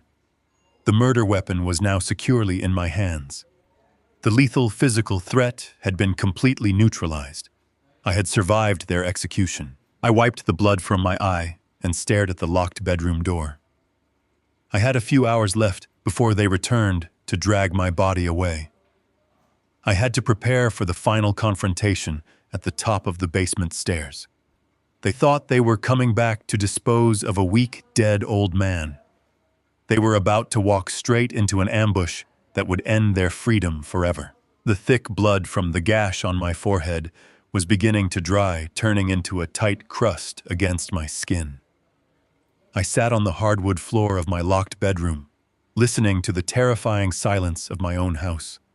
The intense adrenaline that had fueled my theatrical performance was slowly fading, leaving behind a cold, sharp clarity. I had successfully survived the lethal injection. I was holding the actual murder weapon securely inside my cardigan pocket. The immediate threat of the synthetic poison was completely neutralized, but my survival was still hanging by a very thin thread. Through the heavy wooden ceiling, I could hear the muffled sounds of frantic movement from the guest bedroom upstairs. Justin and Monica were pacing back and forth across the floorboards. I heard the distinct metallic zip of heavy canvas luggage being pulled shut. They were packing their bags. They were gathering their passports and whatever loose cash they could find. They fully believed they were just a few hours away from a $5 million life insurance payout. They were preparing to flee the country the moment the funds cleared the bank. I leaned my head back against the locked door and closed my eyes. The reality of their final strategy was barbaric. They were not content with letting a poison silently stop my heart. The immense pressure from their violent underground creditors had stripped away all their patience and all their humanity. They needed a tragic sudden accident to justify an immediate insurance claim. They needed a shattered body. I visualized the steep concrete staircase leading down into our basement. The steps were narrow and completely unforgiving. They were built decades ago, meant only for accessing the utility room and the old furnace. A 70-year-old man thrown headfirst down that dark shaft would suffer catastrophic physical trauma. A broken neck, a shattered spine, massive internal bleeding. It was an incredibly intimate and brutal way to murder a father. They planned to drag me out of my bed, wrap me in a thick blanket, and hurl me into the dark. They would wait for the sickening crunch of my bones against the concrete before calling the paramedics with their fake tears and their rehearsed stories of my severe dementia. The sheer monstrous nature of my son was difficult to comprehend. He was upstairs right now, calmly folding his clothes while planning to break my spine. I pushed myself up from the floor, ignoring the dull, throbbing ache in my skull. I had to face the logistical nightmare of my current situation. I was physically locked inside a bedroom on the ground floor. Justin had taken my cell phone and my everyday house keys. If I simply waited for 2 o'clock in the morning, they would unlock the heavy deadbolt and charge into the room. They would expect to find a cold, lifeless corpse.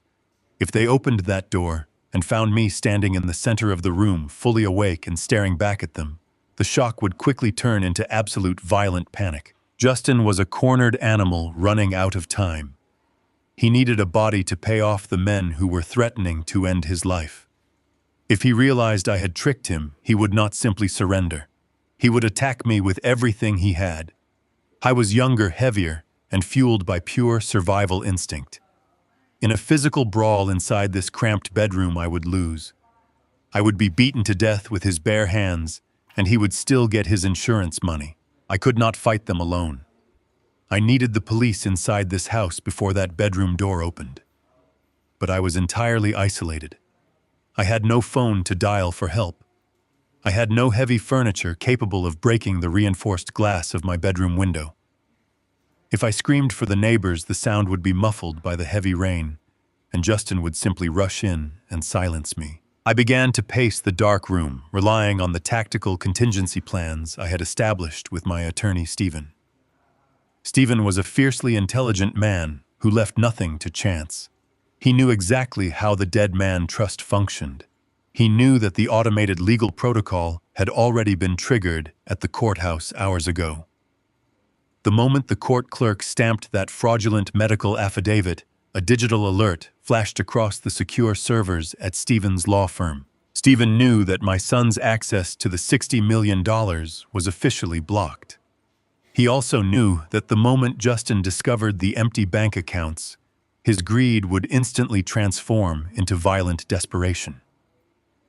Stephen and a team of private investigators had been tracking Justin's massive underground debts. They knew my life was in immediate physical danger. Stephen had promised me that the moment the trust locked down, he would contact the authorities and establish a silent perimeter outside my property. They would be out there right now waiting in the dark rain. But the police could not simply kick down the front door of a private residence without a warrant or explicit proof of imminent danger. They needed a sign. They needed a distress signal from inside the house to legally justify a tactical breach. I had to find a way to communicate with the shadows outside my window. I moved silently toward my bedroom closet, navigating the pitch-black room entirely by memory. I knelt on the carpet and reached into the back corner.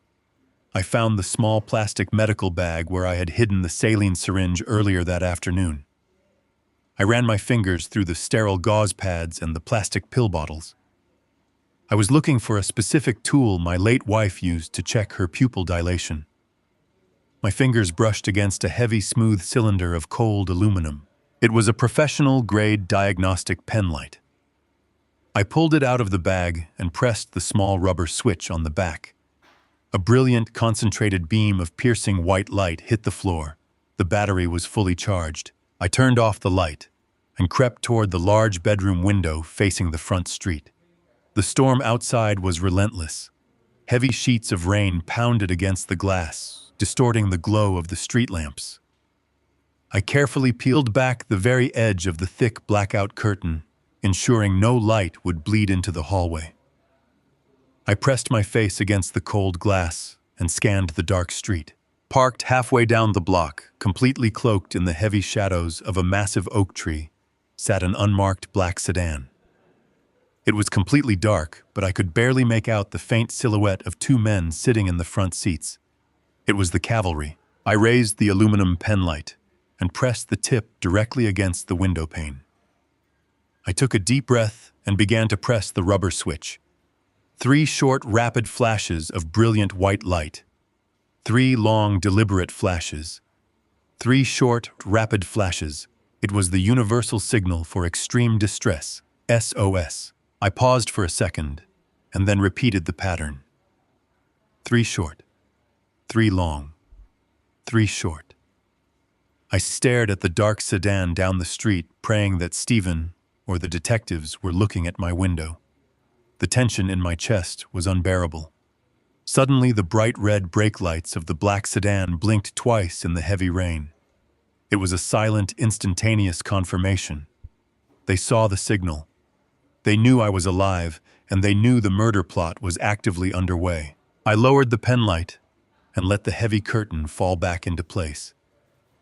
The authorities were outside, but I could not just wait in the bedroom to be rescued. I wanted my son and his wife to be caught perfectly in the act of attempting to dispose of my body. I wanted them to experience the absolute psychological terror of realizing they had been completely outsmarted by the man they tried to kill. I needed to dictate the final battleground. I walked over to the large antique oak dresser resting against the far wall. I grabbed the handles of the bottom drawer and pulled it completely out of the frame, setting it quietly on the carpet. I reached my arm deep into the dark, dusty cavity of the wooden furniture. My fingers found a strip of heavy black industrial tape pressed against the back panel. I peeled the tape away. A heavy brass master key dropped into the palm of my hand. I had owned this house for 40 years. I knew every secret hiding place and every loose floorboard.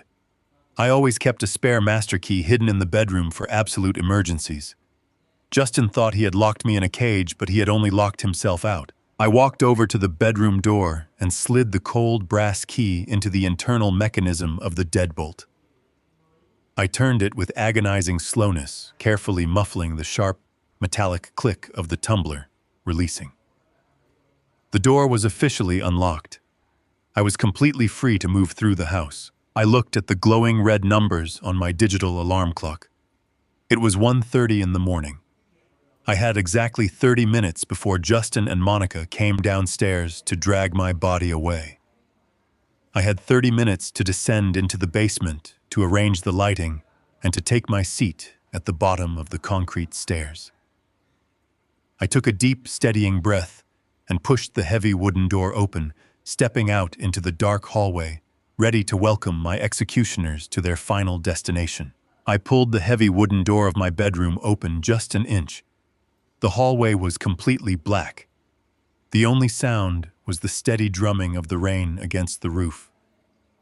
I slipped out of the room, leaving the door slightly ajar, exactly as it had been.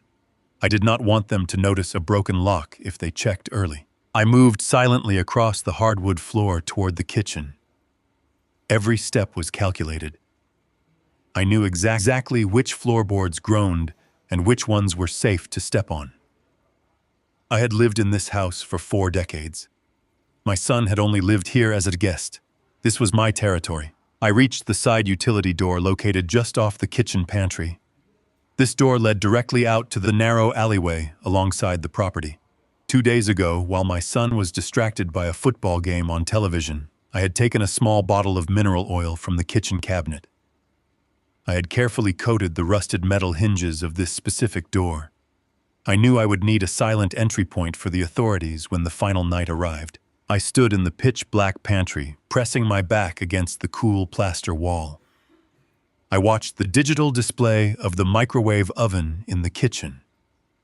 The glowing green numbers read 1:45 in the morning. I had 15 minutes left before my son and his wife came down the stairs with murder on their minds. A faint metallic scratch echoed from the other side of the utility door. The sound was barely audible over the relentless thunderstorm outside. Someone was working a lockpick into the exterior deadbolt. I held my breath. The brass cylinder clicked softly. The doorknob slowly turned. The heavy door swung inward, gliding on the oiled hinges without making a single sound. The cold, wet wind from the storm rushed into the pantry, bringing the smell of rain and wet asphalt. 3 dark figures stepped over the threshold, moving with the fluid, disciplined grace of trained professionals. The first man to enter was a tall, broad-shouldered detective, holding a suppressed sidearm. He was followed by a second detective carrying a heavy tactical flashlight and a coiled bundle of nylon zip ties. The third man was my estate attorney, Stephen. He wore a dark raincoat dripping wet from the storm. Stephen looked at me in the dim light. His eyes were wide with a mixture of profound relief and intense adrenaline. He reached out and gripped my shoulder firmly. It was a silent promise that the nightmare was almost over. I did not speak a word. Any noise could travel up the air vents and alert the 2 killers packing their bags on the second floor. I simply nodded to Stephen and pointed a finger toward the adjacent laundry room. The laundry room was positioned directly next to the basement staircase. It offered a perfect concealed vantage point. From the shadows of that room, the detectives would have a clear, unobstructed view of the basement door and the top of the stairs. The 2 detectives moved silently into the laundry room, taking their positions behind the washing machine and the tall wooden storage cabinets. They drew their weapons and merged completely into the darkness. Stephen stood beside them, pulling a small digital recording device from his coat pocket. He pressed a button, and a tiny green light indicated that the final trap was officially capturing audio. I turned my back to the laundry room and walked toward the basement door. This was the final stage of my preparation. I reached out and wrapped my hand around the cold brass knob of the basement door. I turned it slowly and pulled the door open. A deep pitch-black shaft opened up before me, The smell of damp concrete and old dust drifted up from the darkness. This was the exact staircase where my son planned to hurl my body. He expected to drag a limp corpse down the hallway and throw it into this black void. I began to descend the steep, narrow steps.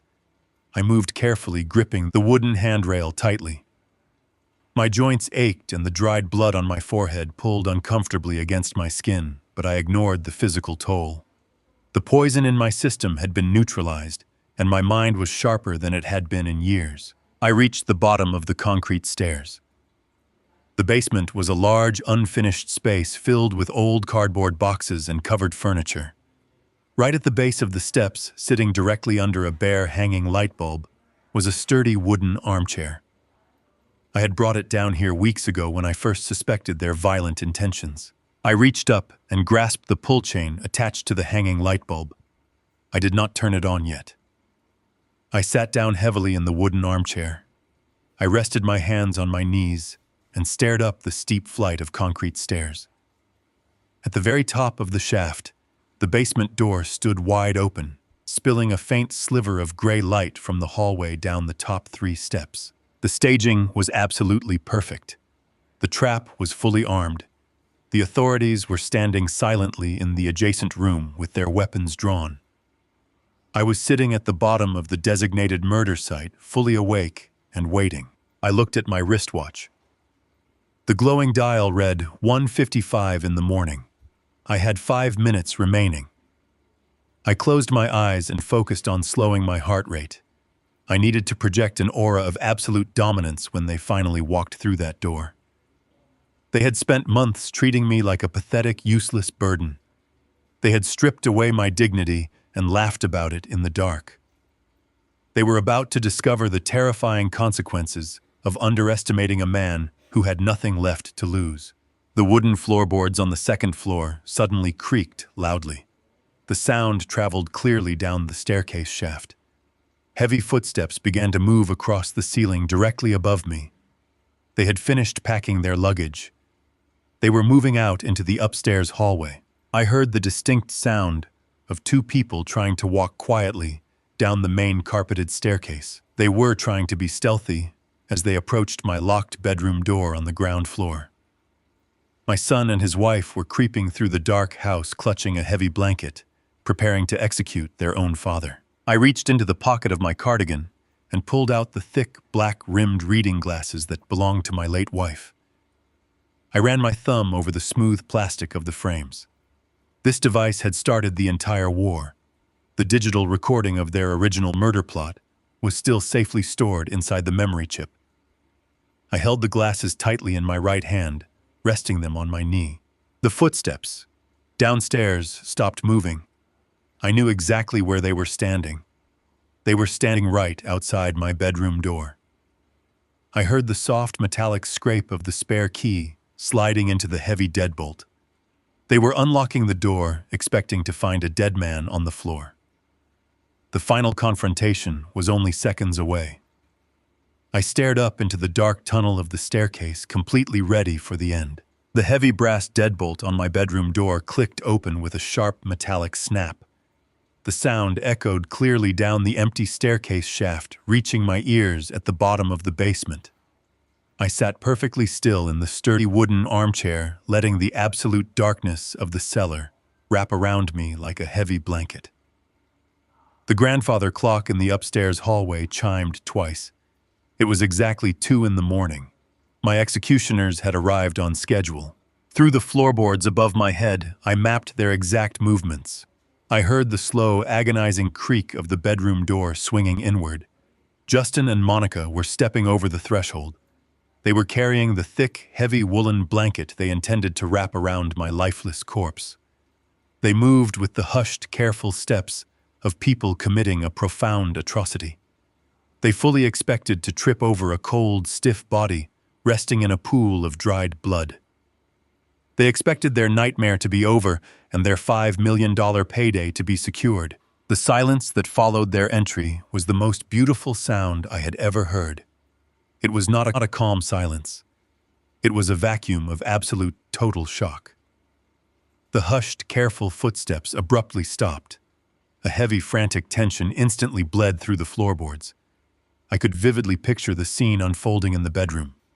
They were staring at the empty hardwood floor. They were looking at the dark red bloodstains soaking into the rug, but there was no body. The transition from triumphant victory to unadulterated panic happened in a matter of seconds. I heard Justin suck in a sharp, ragged breath. His voice vibrated down the metal air vents, stripped of all its usual arrogant confidence. He demanded to know where I was.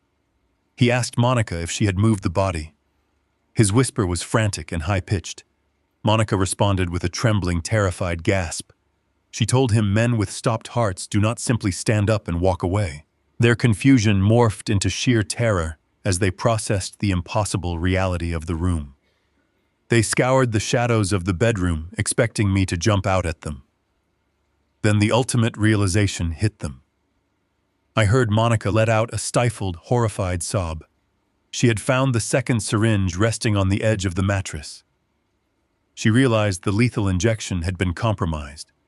She realized they had pumped my veins full of harmless salt water while the actual murder weapon vanished into thin air. The hunters suddenly realized they were locked inside a house with their prey, and the prey had completely outsmarted them. The heavy blanket hit the floor with a soft thud. Their footsteps were no longer stealthy or calculated. They became heavy, erratic, and fueled by pure adrenaline. They rushed out of the bedroom, tearing into the hallway. They began a desperate, frantic hunt across the ground floor. I tracked their chaotic progress from the basement. I heard cabinet doors opening and slamming shut in the kitchen. I heard the heavy velvet curtains being ripped aside in the living room. They checked the study, the pantry, and the downstairs bathroom. Every single room was completely empty. The relentless thunderstorm outside battered the windows, trapping them inside this domestic prison. They were cornered by their own suffocating greed. They could not simply abandon the search and flee the house. Without my dead body, there would be no tragic accident to report to the authorities. Without a body, there would be no $5 million life insurance payout. And without that massive payout, the violent underground creditors would track Justin down and slaughter him before the sun set tomorrow. They were entirely trapped. They had to find me and finish the brutal job they started. Their frantic search inevitably brought them back to the main hallway corridor. The erratic footsteps slowed to a cautious, hesitant crawl. They had noticed the anomaly. The heavy wooden door leading to the basement was standing slightly ajar. A cold, damp draft pulled through the narrow gap, carrying the smell of old dust and concrete up into the warm house. I heard Justin stop directly above me. He pointed out the open door to his wife. The basement was their chosen burial ground. It was the exact location they had meticulously selected to stage my fatal accident. Now it was the only remaining room in the entire house left unchecked. The psychological weight of that dark descending shaft terrified them. They knew I was down here. They knew the helpless, senile old man they tried to poison was hiding in the pitch-black cellar. Justin pushed the basement door wide open. The old metal hinges squealed softly, cutting through the ambient noise of the rain. He did not reach for the light switch mounted on the hallway wall. He wanted to maintain the element of surprise. He still desperately clung to the hope that the poison had simply taken a delayed effect. He prayed he would find me collapsed and bleeding out on the concrete steps. I sat perfectly motionless in my wooden armchair at the very bottom of the long, steep shaft. The darkness enveloped my body completely. I held the small digital recorder extracted from my late wife's glasses tightly in the palm of my right hand. I controlled my breathing, forcing my lungs to draw slow, silent, shallow breaths. I let the heavy, oppressive silence draw them further over the threshold. Justin took the first step down into the dark stairwell. The wooden board groaned under his weight. Monica stood right behind him, shivering on the landing. Her breathing was fast and shallow, echoing down the narrow concrete walls. They peered blindly into the black void, trying to pierce the shadows. I waited with absolute, rigid patience. I needed them fully committed to the descent. I needed them trapped on the steep incline, with no easy way to retreat. Justin took the second step. Then he took the third.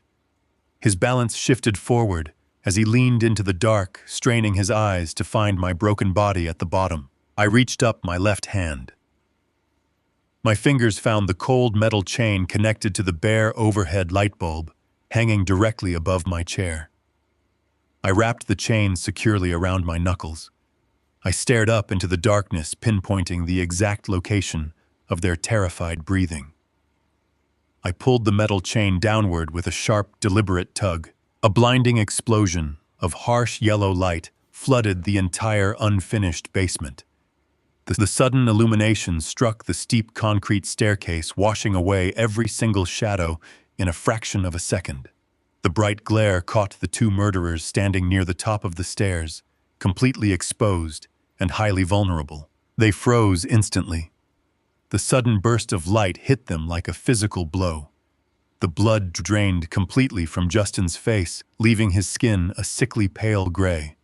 His eyes widened to impossible proportions, filling with absolute unadulterated horror. He flinched backward, nearly losing his footing on the narrow step. I expected to look down and see a ruined, pathetic old man crying for mercy in a puddle of blood. Instead, he looked down and saw a man seated with perfect regal posture. I was dressed in a sharp, tailored suit. The dried blood from my staged head wound had been meticulously wiped clean from my face. My trembling hands were now steady as carved stone. The fragile, broken facade of the senile, dying father had been completely stripped away, leaving nothing but raw, calculated authority. I stared up at them from the bottom of the stairs. I offered no smile and no greeting. I simply locked my eyes onto my son, projecting a gaze of pure, icy, absolute judgment. I sat in silence, letting the terrifying reality of their spectacular failure crash down upon their shoulders. The hunt was officially over, and the executioners had just met their judge. The absolute darkness of the basement shaft was heavy and suffocating. I sat perfectly still in the wooden armchair at the bottom of the concrete steps. I listened to the hesitant shuffling of my son and his wife as they crept down from the hallway above. They were moving blindly through the black void, expecting to find a broken, bleeding corpse at the bottom. They thought the darkness was their ally. They thought it would hide the brutal nature of their final crime. I waited until I heard Justin take the fourth step down. His breathing was rapid and shallow, echoing against the cinder block walls. Monica was right behind him, whispering for him to be careful. I raised my hand and wrapped my fingers around the cold metal chain of the overhead light fixture. I gripped the small brass bead at the end of the chain. I pulled it straight down with a sharp, deliberate motion. A brilliant, blinding explosion of harsh yellow light instantly flooded the entire basement. The sudden illumination struck the narrow concrete staircase, completely stripping away the shadows in a fraction of a second. The bright glare caught the two murderers standing near the top of the stairs, completely exposed and entirely vulnerable. They froze instantly. The sudden burst of light hit them like a physical blow. The blood drained completely from the face of my son, leaving his skin a sickly pale gray. His eyes widened to impossible proportions, filling with absolute, unadulterated horror. He flinched backward, raising his hands to shield his eyes from the glare. He expected to look down and see a ruined, pathetic old man crying for mercy in a puddle of blood. Instead, he looked down and saw a man seated with perfect regal posture. I was dressed in a sharp, tailored dark suit. The dried blood from my staged head wound had been meticulously wiped clean from my face. My trembling hands were now steady as carved stone. The fragile, broken facade of the senile, dying father had been completely stripped away, leaving nothing but raw, calculated authority. I stared up at them from the bottom of the stairs. I offered no smile and no greeting. I simply locked my eyes onto my son, projecting a gaze of pure, icy, absolute judgment. I sat in silence, letting the terrifying reality of their spectacular failure crash down upon their shoulders. The hunt was officially over, and the executioners had just met their judge. Justin opened his mouth, but no sound came out. His brain was violently rejecting the image in front of him. He looked at my clean face and my steady hands. He looked at the perfectly dry floor around my chair. There was no blood. There was no broken body. There was only a father who had entirely outsmarted his treacherous son. Monica let out a high-pitched, terrified whimper. She grabbed the wooden handrail to keep her knees from buckling. She realized instantly that the lethal injection had been a complete setup. She realized I had played them for absolute fools. I slowly stood up from the wooden armchair. I moved with fluid, graceful strength. I did not lean on a cane. I did not slouch my shoulders. I stood tall and imposing, claiming absolute ownership of the space. I reached into the inner pocket of my suit jacket. I slowly pulled out the thick, black-rimmed reading glasses that belonged to my late wife. I held them up toward the harsh overhead light so Justin could see them clearly. I pressed the small playback button on the side of the earpiece. I turned the volume to its maximum setting. The digital audio recording began to play. The acoustics of the concrete basement amplified the sound, turning the whispered conversation into a booming, inescapable declaration of guilt. The voices of Justin and Monica echoed off the cement walls. The recording detailed the exact dosage of the synthetic cardiac toxin they used to stop the heart of my beloved wife. It captured their cold, calculated laughter as they stood over her hospital bed. It captured their explicit plans to poison my evening chamomile tea and steal the $60 million fortune. The sound of his own voice confessing to murder hit Justin like a physical shockwave. He stared at the glasses in my hand with an expression of pure, shattered madness. The absolute truth stripped away every single layer of his arrogance and his greed. He realized in that exact moment that I knew everything. I had known everything from the very beginning. I let the recording play until the final sickening laugh faded into the cold basement air. I lowered the glasses and looked directly into the terrified eyes of my son. I spoke to him with a voice carved from solid ice. I told him his entire life was over. I explained that the corrupt doctor he hired had triggered the dead man trust. I told him the $60 million was permanently locked away in a charitable foundation, and his bank accounts were entirely empty. I told him I knew about the dangerous underground creditors who were hunting him for $5 million. I told him he had failed to secure the life insurance policy and that he was a dead man walking. I watched his mind snap. The realization that he had absolutely zero money, no power, and no escape route completely broke his sanity. He was cornered by the police, the criminal underworld, and his own father. Monica collapsed onto the concrete stairs, sobbing uncontrollably and begging for mercy. She wrapped her arms around her head, trying to block out the reality of their destruction. But Justin did not cry. The sheer weight of his catastrophic failure mutated instantly into a blinding, psychotic rage. His face twisted into a mask of pure demonic hatred. The veins in his neck bulged against his skin. He let out a deafening, guttural roar that shook the dust from the basement ceiling. It was the sound of a cornered predator abandoning all logic and all humanity. He screamed at the top of his lungs, confessing everything in a fit of violent, hysterical spite. He screamed that he was glad he killed my wife. He screamed that he watched her gasp for air and felt absolutely nothing. He yelled that he despised me for hiding the money and forcing him to live like a common peasant while I hoarded a massive fortune. His voice cracked and split as he poured out decades of toxic, festering resentment. He confessed to the poisoning, the forgery, and the planned murder with absolutely no remorse. His screaming confession echoed perfectly into the hidden microphones held by the detectives waiting in the adjacent laundry room. He was sealing his own fate with every hateful word that tore from his throat. But the verbal confession was not enough to satisfy his shattered mind. He wanted physical revenge. He wanted to destroy the man who had ruined his perfect plan. Justin locked his wild, bloodshot eyes onto my face. He bared his teeth like a rabid animal.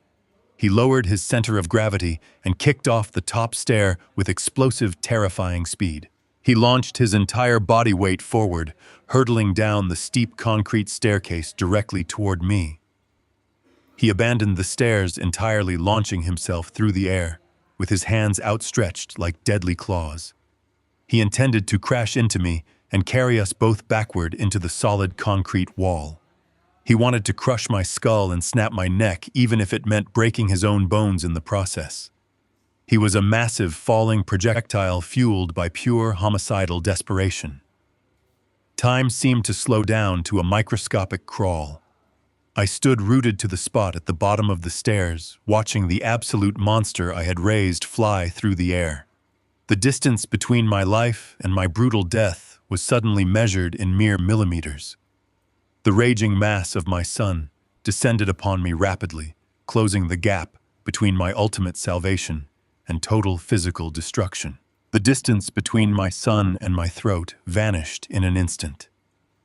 I stood completely still at the bottom of the concrete stairs. I did not raise my arms to defend myself. I did not need to. A violent explosive crash shattered this basement air. The heavy wooden door of the laundry room was kicked completely off its hinges. Two massive figures wrapped in dark tactical gear surged out of the shadows with terrifying speed. The first detective hit my son perfectly in the ribcage, while he was still suspended in the air.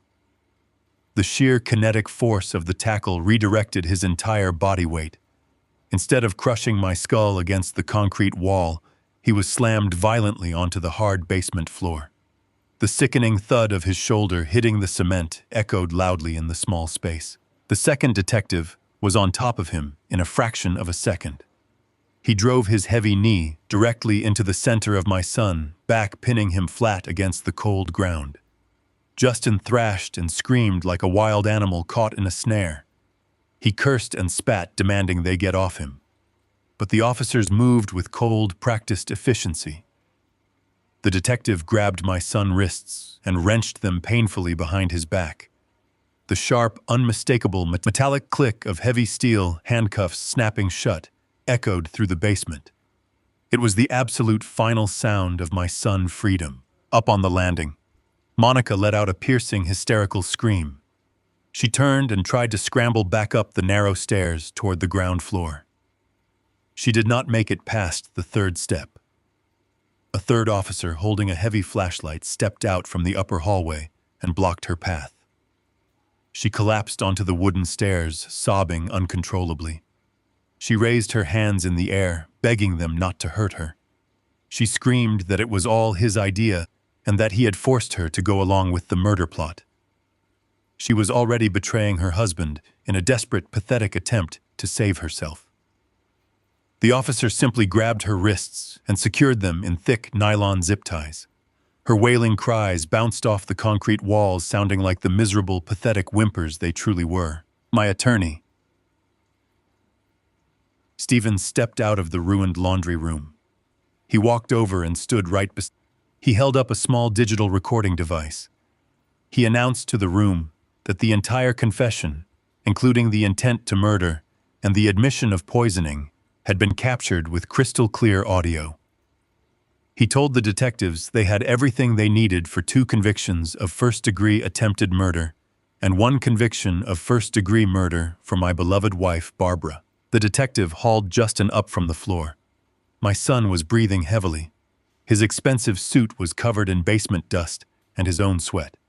His face was contorted in a mask of absolute rage and terror. He looked at me with wild, bloodshot eyes. He tried to lunge at me again, but the detective yanked him back by the steel chain of the handcuffs. I stepped forward. I did not flinch. I did not raise my voice. I looked at the pathetic, broken man standing in front of me. I told him he was a complete fool. I told him he spent months treating me like a mindless burden while I meticulously built a cage perfectly tailored to his own greed. Justin spat on the ground. He screamed that I was a bitter old man. He yelled that he would hire the best defense attorneys in the country. He bragged that he would take his share of the estate and tie me up in civil court until I died. I smiled a cold, empty smile. I leaned in close so he could hear every single word. I reminded him about the dead man trust. I explained that the moment his bribed doctor filed that fraudulent mental health affidavit, my $60 million fortune permanently vanished. I told him the money was already routed into an impenetrable blind trust to protect victims of elder abuse.